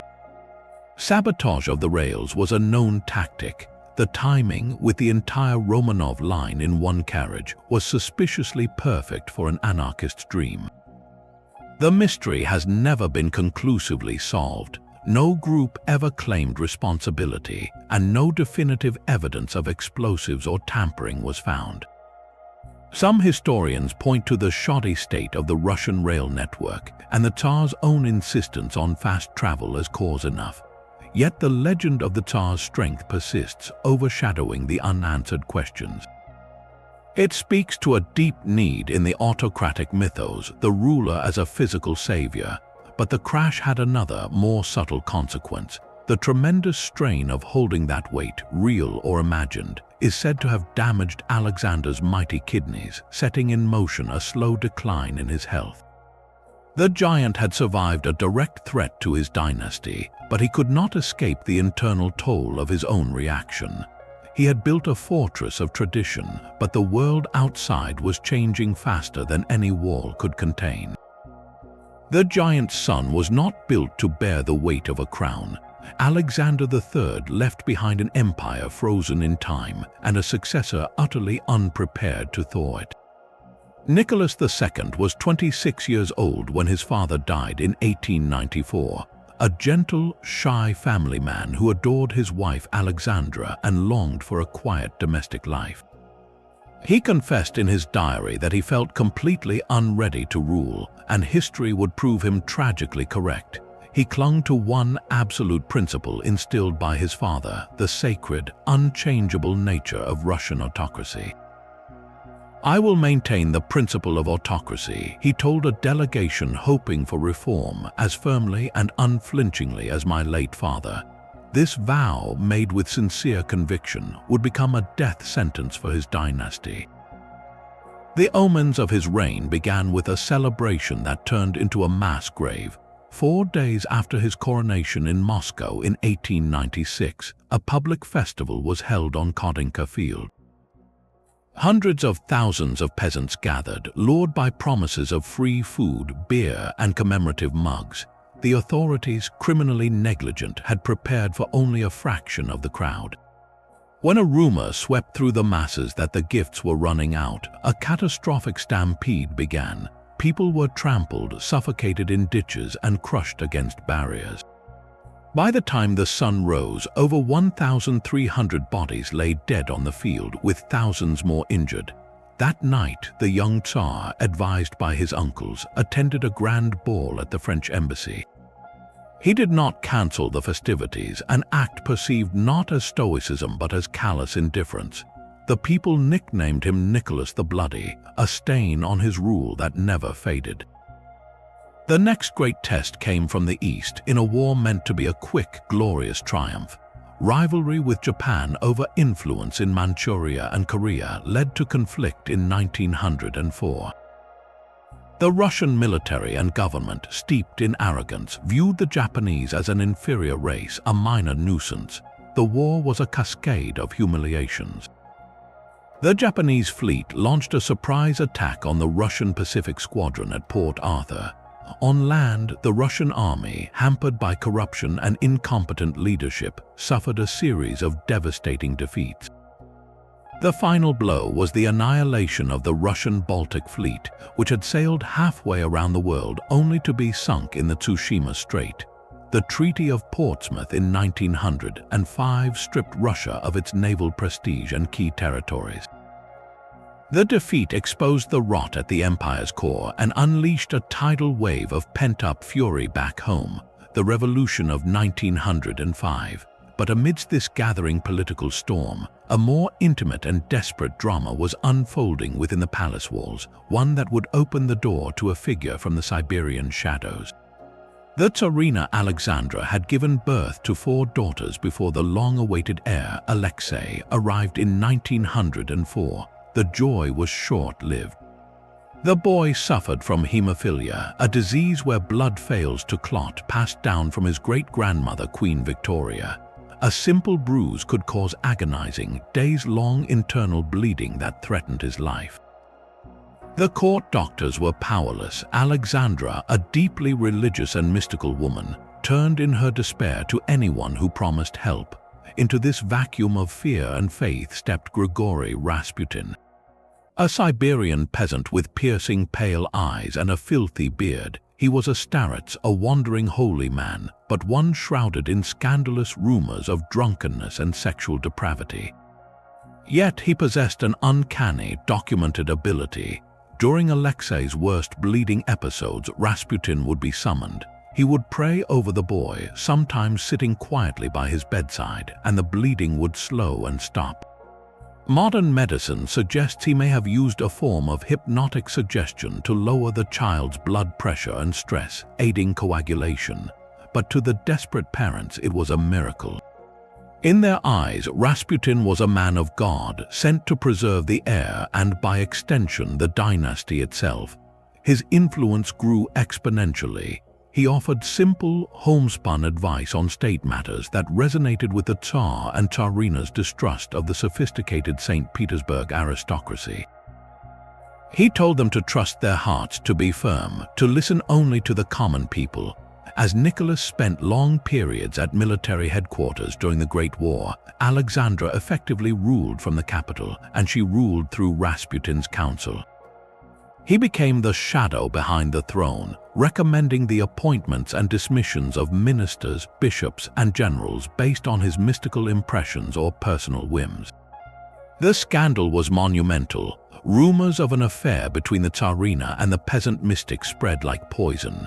Pamphlets and cartoons depicted him as the true ruler of Russia, a degenerate puppeteer manipulating a weak Tsar and a hysterical German-born Tsarina.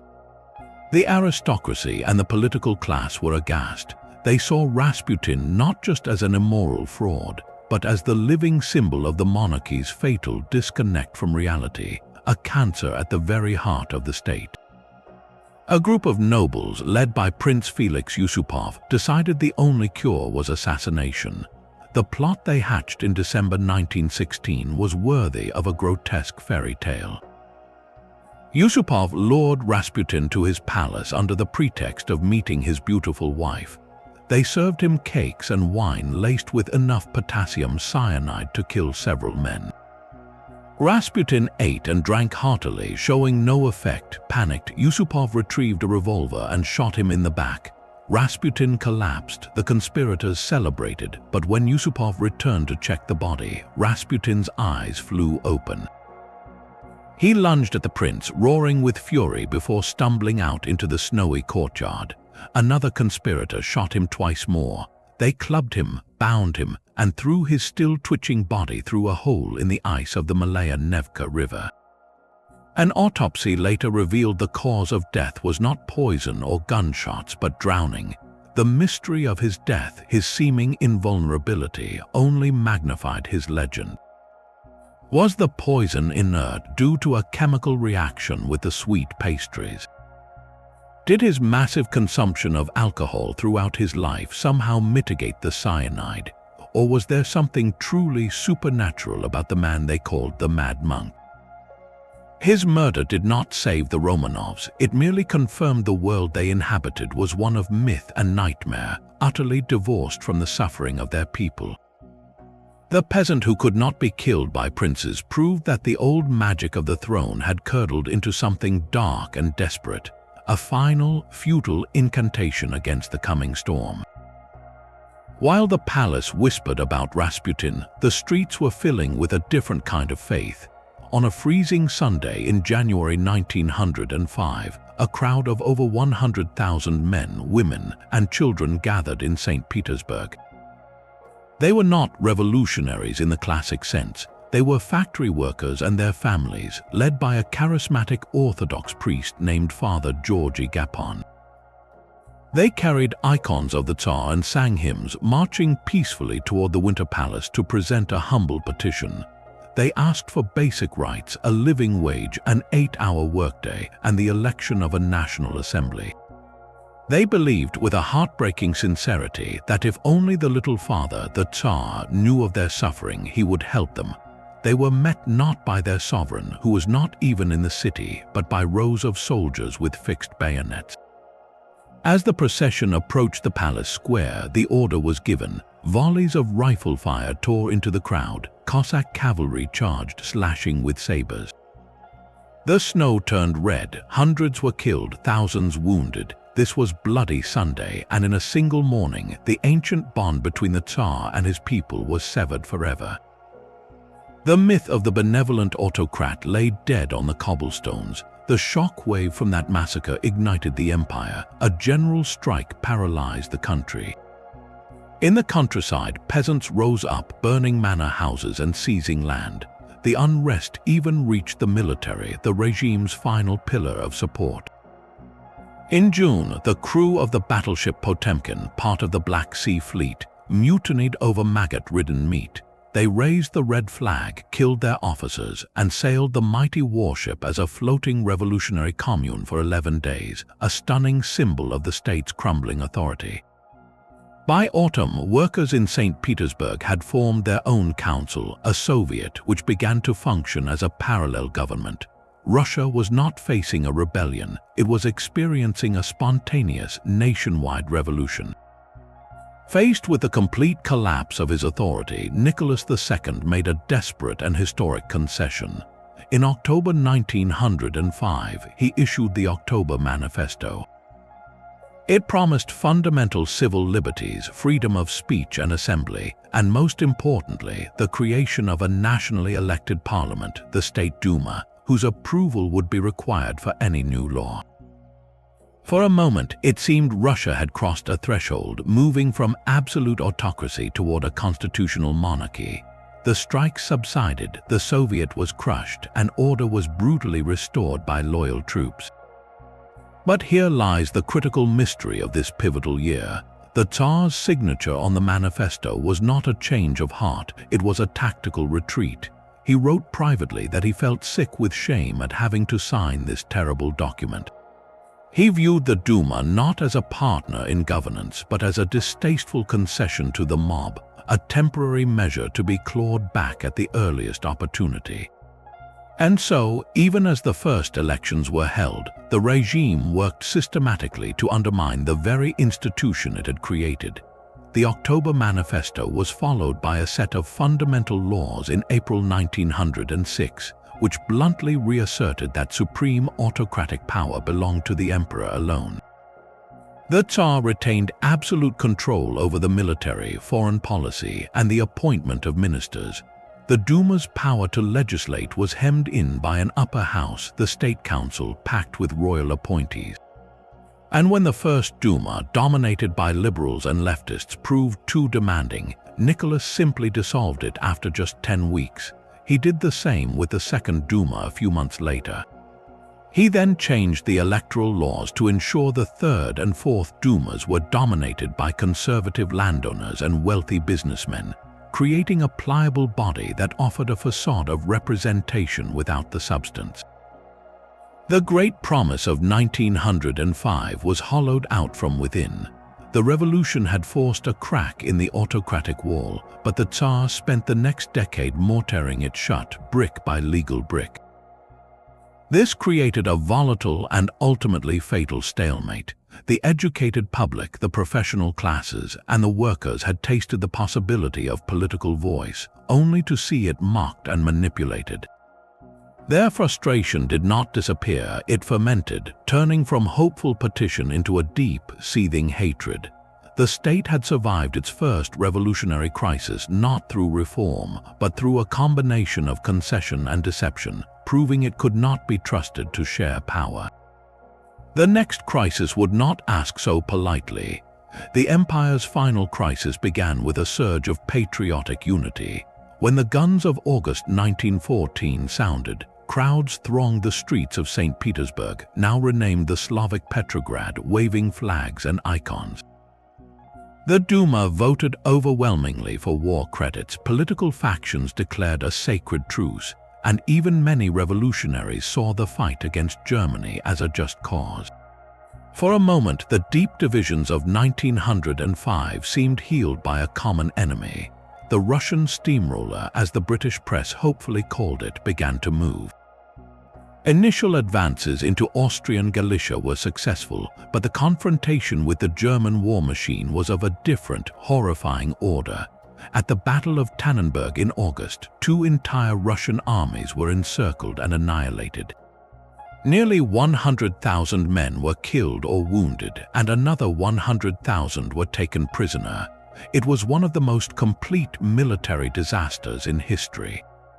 The pattern was set. Russian soldiers, often brave to the point of fatalism, were sent into battle with rifles for only 1 in 3 men, the others told to pick up weapons from the fallen. They faced German artillery barrages that turned forests into splinters and fields into lunar craters. The human cost was beyond comprehension. By the end of 1915, Russia had suffered over 2 million casualties, with entire divisions wiped out. The home front began to crack under the strain. The economy, never robust, shattered. Factories converted to war production struggled with shortages of everything from coal to skilled labor. The railway system, the empire's circulatory system, collapsed under the burden of moving millions of soldiers and supplies. Food trains meant for the cities were stranded on sidings, while grain rotted in the countryside. In Petrograd and Moscow, lines for bread stretched for blocks in the bitter cold. Inflation skyrocketed, making wages worthless. the initial patriotic fervor curdled into a deep, weary resentment.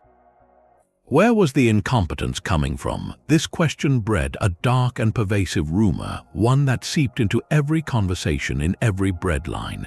The talk was of treason at the very top, of German spies and sympathizers in the highest circles of government. The most controversial figure was the war minister, Vladimir Sukhomlinov. A dapper, old-fashioned cavalryman, he was seen as frivolous and corrupt, more interested in fine dining and a young wife than in the grim realities of modern warfare. He had opposed crucial military reforms before the war, leaving the army desperately short of shells and equipment. In 1915, he was arrested on charges of treason and espionage, accused of passing secrets to the enemy. While the evidence was murky and he was eventually acquitted of the most serious charges, the trial cemented in the public mind the idea that the government itself was sabotaging the war effort. This suspicion fell with even greater force on the court. The Tsarina Alexandra was German by birth, and though she had converted to Orthodoxy and considered Russia her home, her accent and her reserved manner made her an easy target. Her intimate reliance on Rasputin, the Siberian peasant, was seen as proof of a sinister, alien influence at the heart of power. Wild rumors spread that the Tsarina was a German agent sending maps to the Kaiser, and that Rasputin was in direct communication with Berlin. There was no evidence for these fantastical claims, but in an atmosphere of defeat and hunger, they were believed because they explained the unexplainable. How else could such catastrophe be possible unless the enemy was within the walls? It was in this maelstrom of military disaster and poisonous rumor that Nicholas II made his most fateful decision. In September 1915, he dismissed his uncle as commander-in-chief and announced he would personally take command at the front. To him, this was an act of duty, a Tsar sharing the burdens of his soldiers. To his ministers and allies, it was an act of catastrophic folly. Nicholas had no military training or strategic genius. His presence at headquarters in Mogilov did nothing to improve the situation at the front, but it accomplished two terrible things at home. First, it inextricably tied his personal fate to the continuing defeats of the army. Every lost battle was now a direct failure of the Tsar himself. Second, and more devastatingly, it left the capital and the day-to-day governance of the empire in the hands of the Tsarina Alexandra. Guided almost daily by the scrawled notes of Rasputin, who advised on everything from military appointments to railway schedules, Alexandra dismissed capable ministers and replaced them with non-entities loyal to the mystic. The government became a revolving door of incompetence, a spectacle the public watched with a mixture of horror and ridicule. The Tsar, isolated at army headquarters, was presiding over the collapse of his realm, while in Petrograd, his wife and a disreputable holy man seemed to be presiding over the collapse of his government. The autocracy had not just failed its people, it appeared to have abandoned them entirely, leaving the empire to be steered by whispers and superstition into the gathering dark. The breadlines in Petrograd had become a tinderbox of despair. In late February 1917, a city already pushed past its breaking point by a brutal winter and a failing war simply ran out of food. Factories locked their gates and thousands of women, their children crying from hunger, poured into the streets demanding bread. This was not a planned revolution, it was a primal scream. The protests swelled day by day, joined by workers and students until the streets were a sea of angry, shivering humanity. The Tsar, still at military headquarters, dismissed the reports as another nuisance, ordering the garrison commander to put down the unrest at once. The order was given to fire on the crowds. For a few terrible days, soldiers obeyed and blood stained the snow once more. But then something unprecedented happened. On February 27th, the Volinsky regiment, ordered to shoot into a demonstration, looked at the faces of the women and the workers, their own countrymen, and hesitated. Then they turned their rifles on their officers instead. This single act of mutiny was the spark that lit the powder keg. regiment after regiment joined the rebellion. Soldiers poured out of their barracks, handing their weapons to the crowds. Police stations were stormed, prisons were thrown open, and symbols of the old regime were torn down. In just a few days, the entire machinery of state authority in the capital simply ceased to exist. The 300-year-old Romanov autocracy had evaporated into the freezing air. But with the Tsar gone, who was in charge, the answer was not one authority but two, and their existence created a fatal paradox. In one room of the Tauride palace, moderate members of the old Duma, liberals and conservatives, formed a provisional government. They saw themselves as the legitimate, temporary caretakers of the state until a constituent assembly could be elected to decide Russia's future. They wore suits, issued proclamations, and were recognized by foreign embassies. Yet they possessed no real power, they commanded no soldiers and had no means to enforce their decrees. In another wing of the very same building, a very different body was taking shape. The Petrograd Soviet of Workers' and Soldiers' Deputies was a chaotic, bustling assembly of elected representatives from factories and military units. It was dominated by socialist parties, from moderate social revolutionaries to the more radical Bolsheviks. This Soviet did not claim to govern, but it held the only real power in the city. It issued Order No. 1, which stated that military units were to obey the provisional government only if its orders did not contradict those of the Soviet. In essence, the soldiers with their rifles answered to the Soviet. This was the dual power, a government of authority without power, and a Soviet of power without responsibility. It was a recipe for paralysis in a nation desperate for decisive action on peace, land, and bread. Into this surreal political vacuum traveled the last Tsar. Nicholas II, finally grasping the scale of the disaster, attempted to return to Petrograd by train. His imperial train was halted by revolutionary troops. Isolated, abandoned by his generals, and faced with the complete collapse of his rule, he was presented with a stark choice by the Duma's representatives.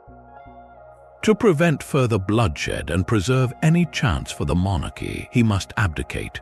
On March 2nd, in his railway car at a remote siding in Pskov, Nicholas Romanov signed the document that ended centuries of Tsarist rule. He abdicated for himself and then, in a moment of stunning confusion, for his hemophiliac son Alexei as well, citing the boy's frail health. The throne, he declared, would pass to his younger brother, the Grand Duke Michael Alexandrovich. But here the mystery deepens, and the constitutional foundation of the empire vanished completely. Why did Nicholas abdicate for his son? Some historians believe it was a final, protective act of a father, unwilling to leave his sick child to the mercy of revolutionaries. Others see it as a last, misguided attempt to preserve the dynasty by placing a stronger, adult man on the throne. The abdication manifesto itself was a legally dubious document, drafted under duress by a man who no longer had the authority to determine the succession. It was based on a fundamental law that had just been swept away by the revolution. When the manifesto reached Petrograd, it created not clarity but chaos. The Grand Duke Michael, a modest and sensible man, understood the reality. With the streets controlled by armed Soviets who would never accept another Romanov, to accept the crown was to sign his own death warrant. After a single day of deliberation, and with the reluctant advice of the provisional government itself, Michael refused the throne. He stated he would only accept sovereign power if it was offered to him by a future constituent assembly. With that refusal, the Romanov dynasty did not just lose its ruler, it lost its entire claim. The throne, the institution of autocracy itself, was now empty in every sense. There was no Tsar, no heir, and no agreed-upon mechanism to choose one.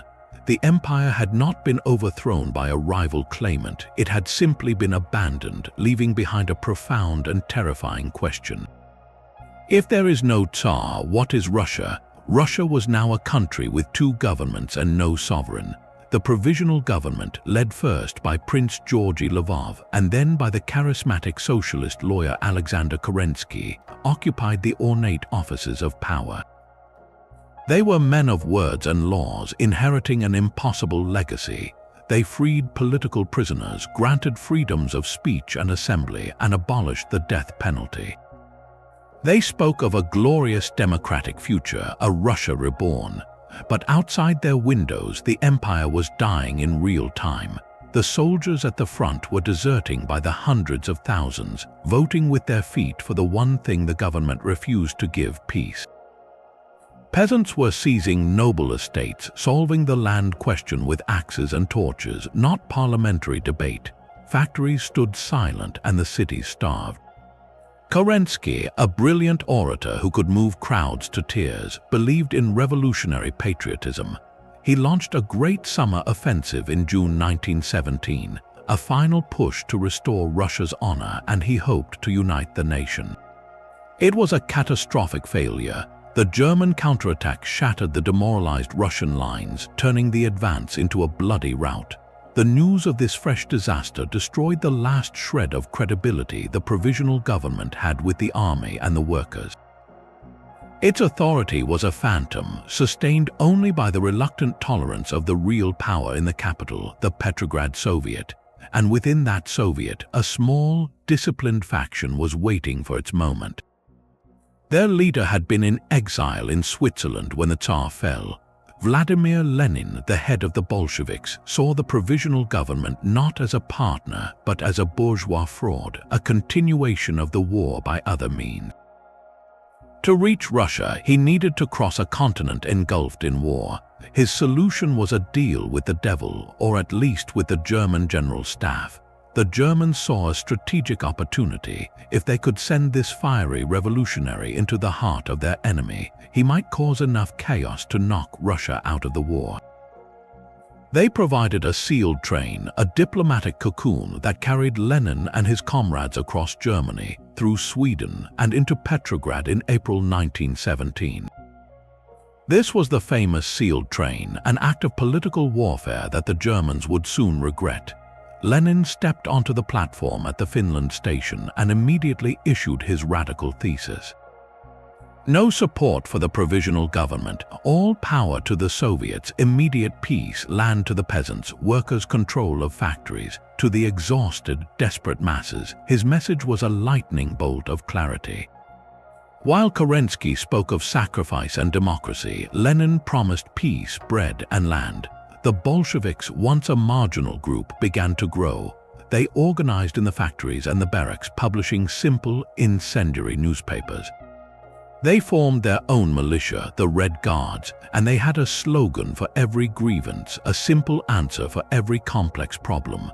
The mystery of the provisional government's failure is not why it fell, but how it lasted for 8 months. It was trapped by its own principles and its alliances. To continue the war, it needed the support of Britain and France, who would not tolerate a separate peace. To maintain order, it needed the army's generals, who would not tolerate the disintegration of the front. To address the land crisis, it needed to alienate the landed nobility, who still held considerable influence. And to govern, it needed the Soviet, which was increasingly leaning left. Kerensky, trying to be all things to all people, became a tragic figure, shouting commands into a hurricane.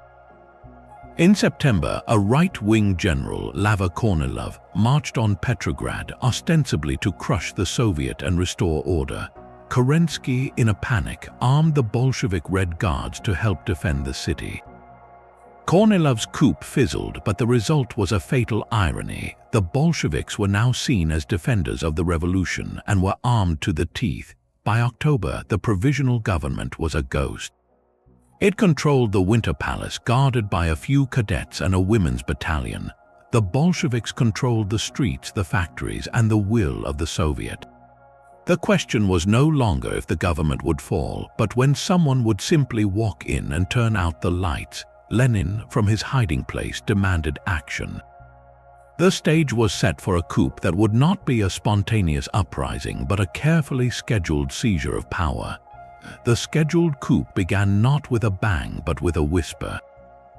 In the early hours of October 25, 1917, by the old Russian calendar, Red Guards and loyal military units moved through the fog-shrouded streets of Petrograd. Their orders were precise, and their targets were not soldiers but symbols of control. They occupied the central telephone exchange, cutting the provisional government's lines of communication. They seized the telegraph agency, the state bank, and the main railway stations. It was a masterclass in isolating the enemy without firing a shot. The city slept, unaware that power was changing hands block by silent block. By morning, the Bolsheviks controlled almost every nerve center of the capital except one. The Winter Palace, that vast, cold Baroque edifice on the Neva River, stood as the final, hollow shell of the old order. Inside, Alexander Kerensky had already fled, disguised in a sailor's uniform, leaving behind a handful of cabinet ministers and a motley defense force of military cadets and a single women's battalion.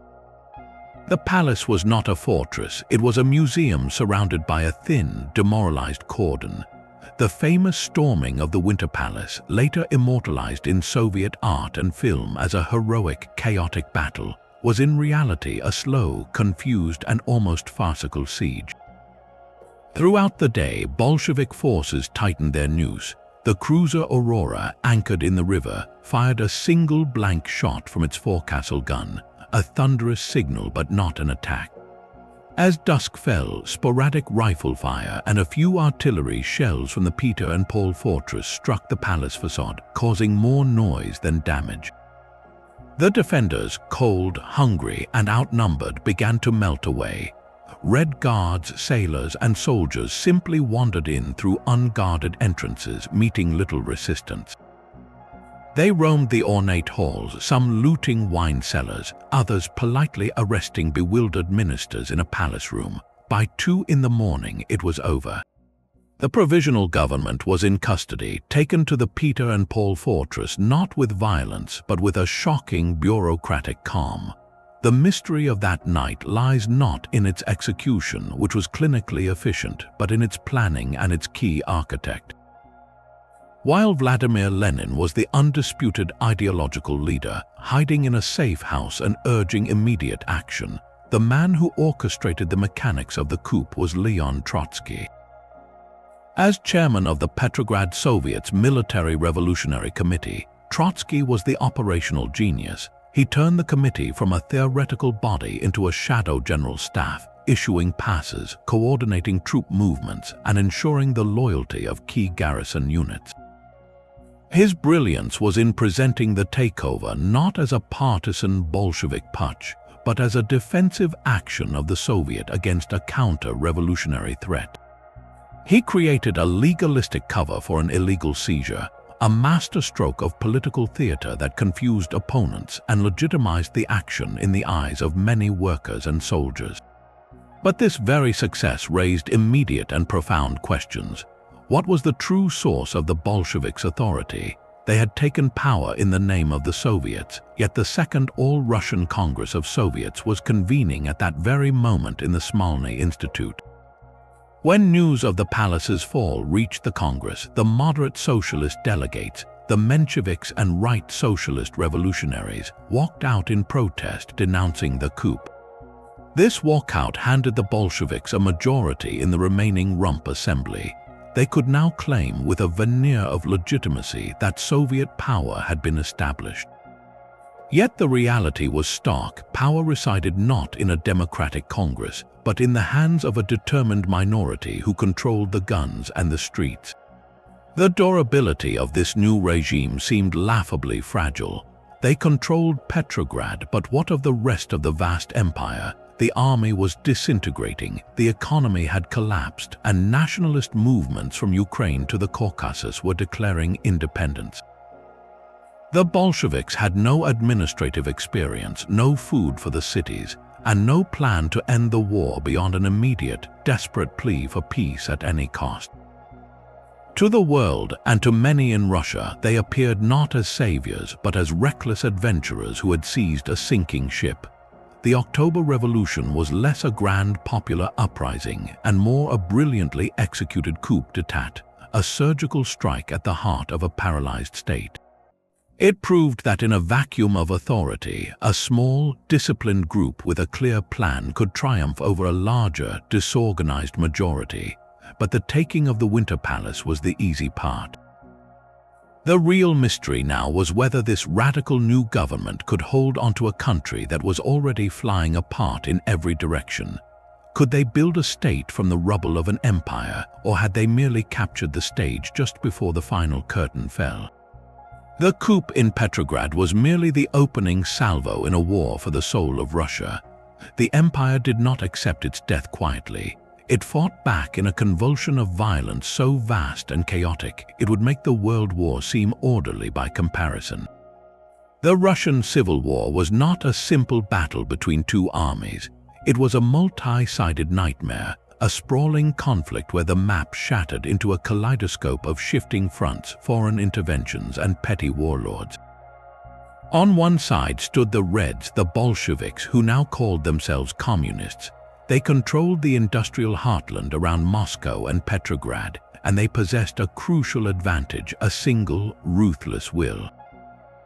Leon Trotsky, appointed Commissar of War, forged the Red Army from the chaos. He drafted former Tsarist officers, holding their families hostage to ensure loyalty, and instilled a fanatical discipline with summary executions for deserters. Their ideology was a weapon, promising workers and peasants a new world, while their secret police, the Cheka, unleashed a red terror against any suspected enemy of the revolution. Arrayed against them were the Whites, a loose and fractious coalition of everyone who opposed the Bolsheviks. This included monarchist generals, liberal politicians, moderate socialists, and Cossack hosts. They were united only by their hatred of the Reds, but fatally divided by their visions for Russia's future. Some wanted to restore the Tsar, others a military dictatorship, others a democratic republic. This lack of a common cause crippled their coordination. The Whites controlled the vast peripheries, the grain-rich south, the Siberian expanses, and the northern ports.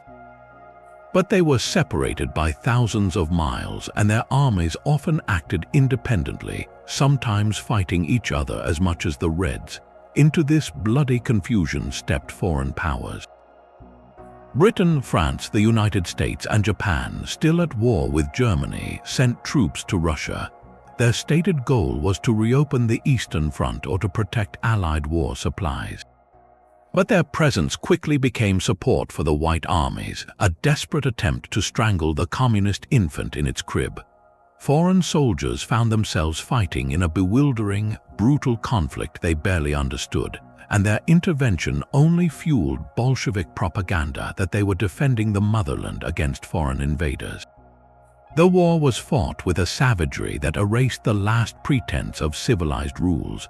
Villages that switched allegiance were burned, prisoners were shot en masse. Trains carried typhus and starvation as faithfully as they carried troops. In this cauldron of ideological fury and existential fear, the fate of the former imperial family became not just a political question, but a symbolic one of immense weight. Since the abdication, Nicholas Romanov and his family had been prisoners. They were initially held under comfortable house arrest at the Alexander Palace, then moved to the remote Siberian town of Tobolsk. After the Bolsheviks seized power, their conditions worsened. In April 1918, they were transferred to their final destination, a merchant's house in the industrial city of Yekaterinburg in the Ural Mountains. The house had been commandeered by the local Soviet and was ominously named the House of Special Purpose. Its owner was Nikolai Ipatiev, a name that carried a dark historical echo, for it was in the Ipatiev monastery that the first Romanov Tsar, Michael, had been offered the crown 3 centuries earlier. Now another Ipatiev house would bookend the dynasty. The family, Nicholas, Alexandra, their 4 daughters Olga, Tatyana, Maria, and Anastasia, and their son Alexei, along with their doctor and 3 loyal servants, lived in a few sealed rooms on the 2nd floor. The windows were whitewashed shut, a wooden fence built around the property. Their guards were hardened Red Army men from the local Ural Soviet, who grew increasingly hostile as the White armies advanced closer to the city. In mid-July, the situation grew desperate. The Czechoslovak Legion, a formidable force of former Austro-Hungarian prisoners of war fighting for the Whites, was approaching Yekaterinburg. The local Bolsheviks faced a terrible dilemma. They could not allow the Tsar to be rescued, becoming a living banner for the White cause. Yet moving such high-profile prisoners through the chaotic war zone was impossible. The decision came from the highest levels in Moscow. The order was clear: the entire family must be eliminated. On the night of July 16th, the prisoners were awakened and told to dress and come downstairs, under the pretext that there was unrest in the city and they needed to be moved to the basement for safety. They complied without suspicion. Nicholas carried Alexei, who could not walk due to his illness. In a small, semi-basement room, they were told to wait. A few chairs were brought for Alexandra and Alexei. Then the execution squad entered. Yakov Yurovsky, the head of the local Cheka, read aloud a short sentence of execution. Nicholas had only enough time to utter a confused "what" before the shooting began. The scene descended into a horrific, botched slaughter. The executioners, nervous and perhaps drunk, fired wildly in the confined space. The room filled with smoke, screams, and the ricochet of bullets. The women, as it was later discovered, had sewn jewels into their corsets, which acted as a crude armor, deflecting the initial volleys. The killers then resorted to bayonets and gun butts to finish the grim work. When the shooting finally stopped, 11 bodies lay on the bloody floor. The mystery of that night deepened immediately and was deliberately shrouded in secrecy. The bodies were loaded onto a truck and driven to a remote forest mine shaft called the Four Brothers. There, an attempt was made to destroy them with sulfuric acid and burn them with gasoline, a process that was messy and incomplete. Some bones refused to burn.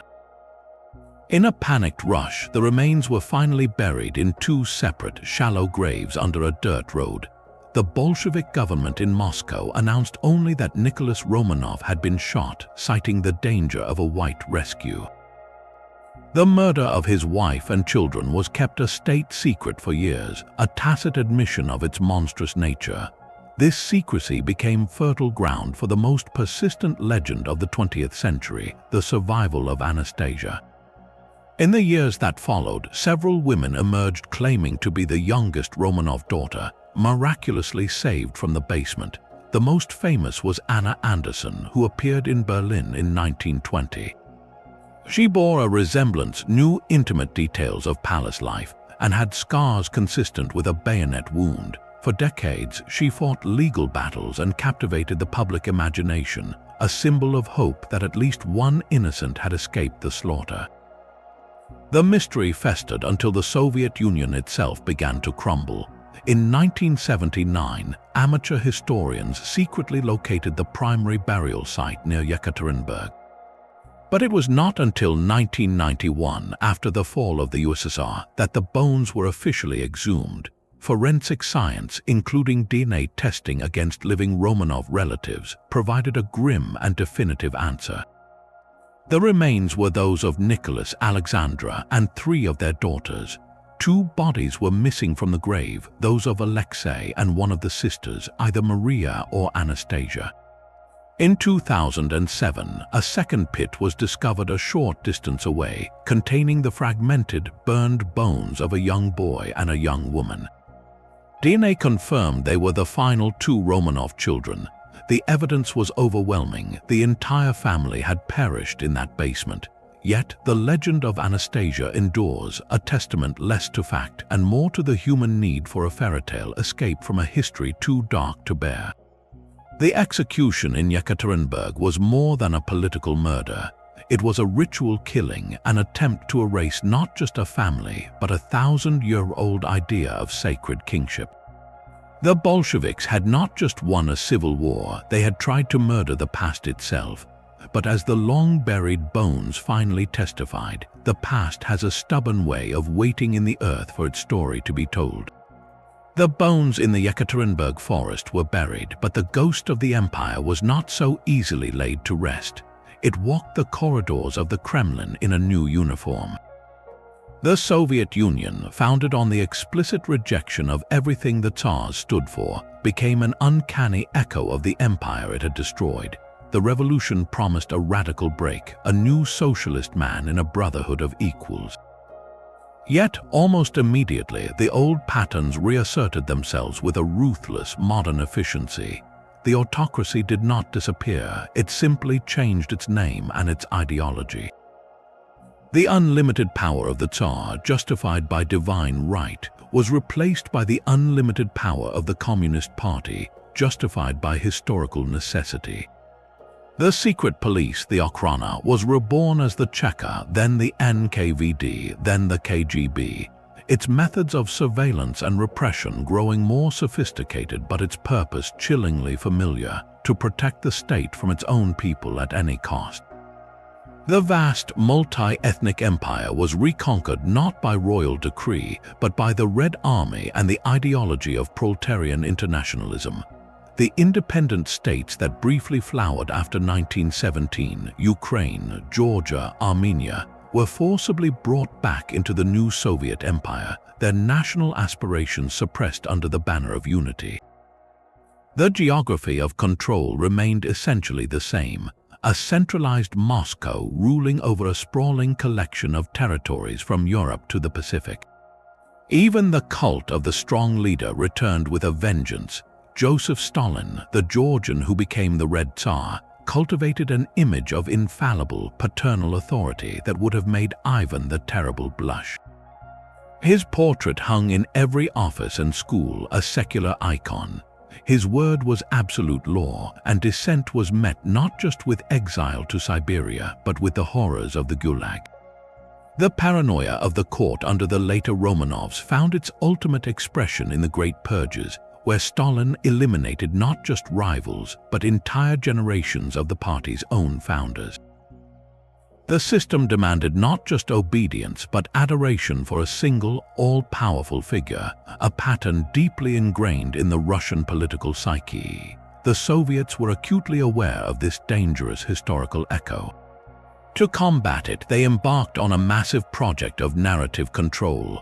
History was rewritten not as a neutral record, but as a weapon.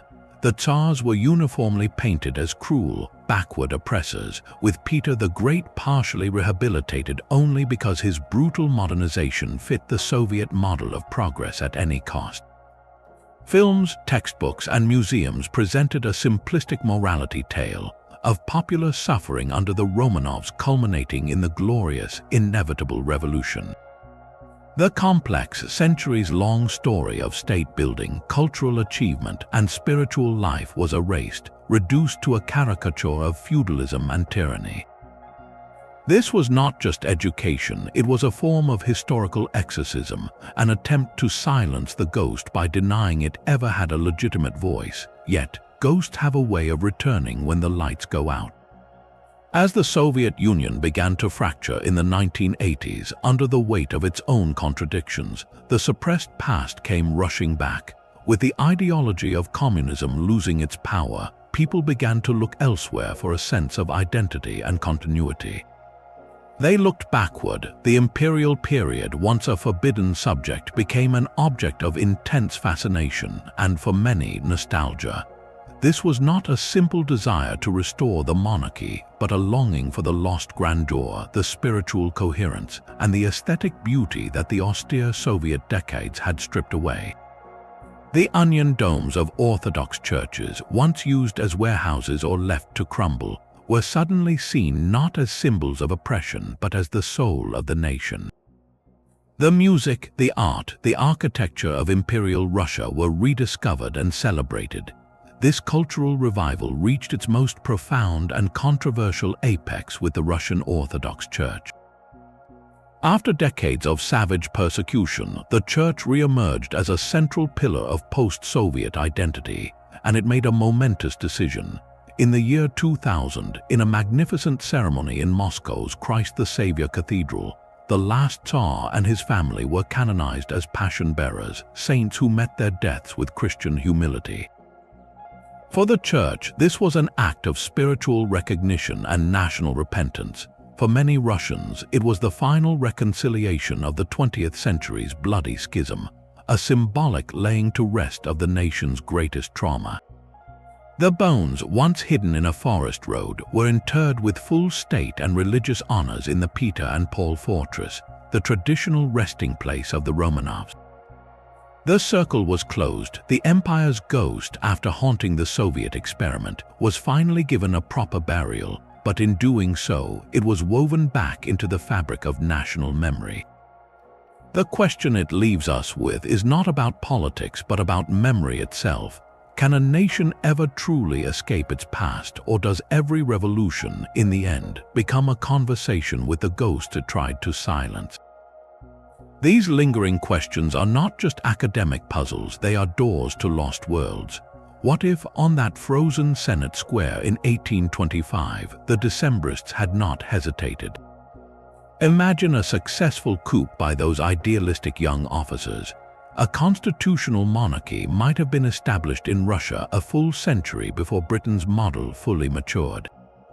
The brutal autocracy of Nicholas I, the repression, the entire fortress of reaction, could have been avoided. Perhaps Russia would have evolved gradually into a European-style parliamentary state, integrating its educated classes into governance and slowly addressing the festering wound of serfdom. The revolutionary fury that built up over the subsequent 90 years might have been channeled into reform, potentially sparing millions the horrors of the Civil War and the Stalinist terror. But the Decembrist plan was vague, their unity fragile. Could a small group of nobles, however well-meaning, have truly governed a vast, backward empire? Their success might have simply triggered a different kind of chaos, a power struggle leading to a military dictatorship or a rapid collapse into the very anarchy they feared. The path not taken remains one of history's most poignant might-have-beens. Then there is the road cut short by a bomb on the Catherine Canal. Alexander II, the liberator, had already freed the serfs. What if he had lived to see his other great reforms take full root? A robust, independent judiciary and functioning local zemstvos could have created a genuine civil society in Russia, a legal state as he envisioned. With more time, and perhaps with his son raised in this new atmosphere, the autocratic principle itself might have softened. The revolutionaries of the peoples will believe they were accelerating history by killing him, but in truth, they assassinated the best chance for a peaceful evolution away from absolutism. His death guaranteed the reactionary rule of Alexander III and the tragic inflexibility of Nicholas II. Had Alexander II survived, the 20th century for Russia could have looked profoundly different, a nation reforming from within rather than exploding from without. This leads directly to the final, fatal refusal. What if Nicholas II had embraced the constitutional monarchy offered by the October Manifesto in 1905 with genuine conviction rather than bitter resentment? What if he had worked with the Duma, shared power with the emerging political parties, and become a true constitutional monarch like his cousin King George V in England? This would have required a psychological transformation, a shedding of the very autocratic identity his father had drilled into him. Yet, had he done so, he might have saved his throne and his dynasty. A parliamentary system could have provided a safety valve for the immense social pressures, addressing the demands for land and labor rights through legislation, not revolution. When the Great War brought crisis, a government with public legitimacy might have managed the home front more effectively, avoiding the total collapse of authority in 1917. Nicholas might have ended his days as a respected elder statesman, not as a prisoner in a Siberian house. His inability to imagine this role, his clinging to a medieval concept of sacred duty, doomed him and millions of his subjects. Beyond these grand alternate histories lie the intimate enigmas that still whisper. Did Alexander I truly die in Taganrog, or did the weary Tsar vanish into the Siberian wilderness as the holy man Fyodor Kuzmich? The evidence is circumstantial, a collection of eerie coincidences and missing documents that fuel a legend of royal escape. Then there is the Rasputin riddle beyond the myth of his murder. What was the true nature of his power over the Tsarevich's hemophilia?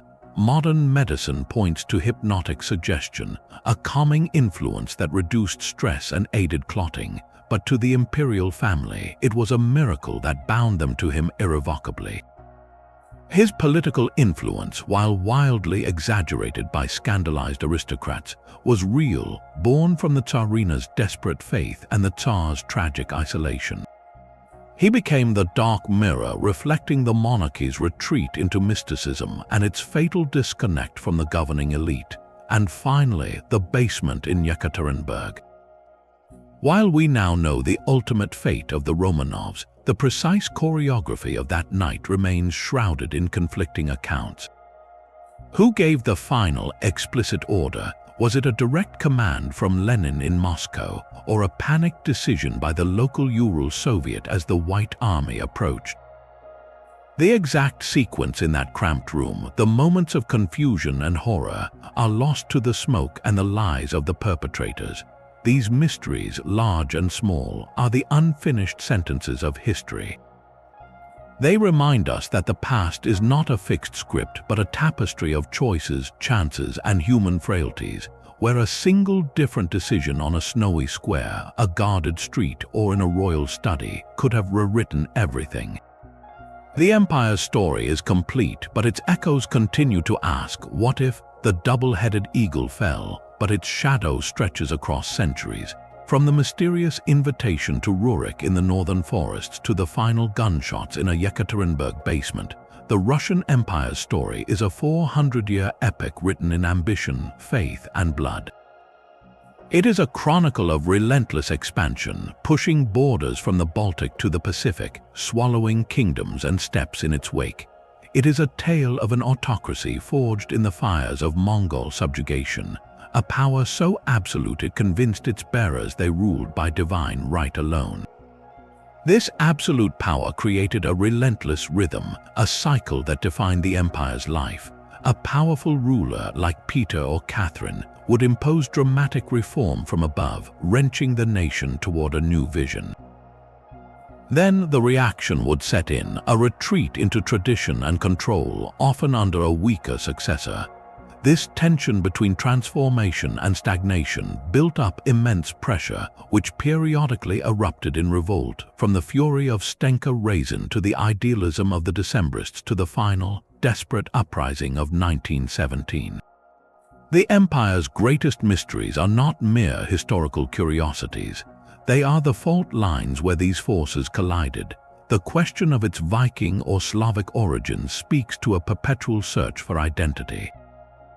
The transformation of Ivan the Terrible reveals the corrupting nature of unchecked power. The survival myths surrounding Alexander I or Anastasia show a deep longing for redemption and escape from a tragic fate. These enigmas are the human heartbeats within the grand political narrative, reminding us that history is made not just by treaties and battles, but by the choices, fears, and desperate hopes of individuals. The empire's legacy is a complex ghost. It built a vast, multi-ethnic state that forms the geographical skeleton of modern nations. It contributed profoundly to world culture in literature, music, and art. Yet it also bequeathed a model of centralized, autocratic rule and a deep suspicion of the West that would shape the Soviet experiment and echo into the present day.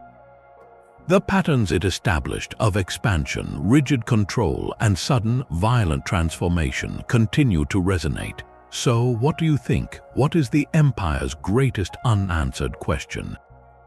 Was its colossal size ultimately its weakness? Share your thoughts in the comments below. If you enjoyed this deep dive into the forces that build and shatter superpowers, subscribe for more journeys into history's greatest mysteries. The Romanovs are gone and the Soviet experiment has passed, but the long shadow of the double-headed eagle still touches the world. What we choose to learn from that shadow may be the most important mystery of all.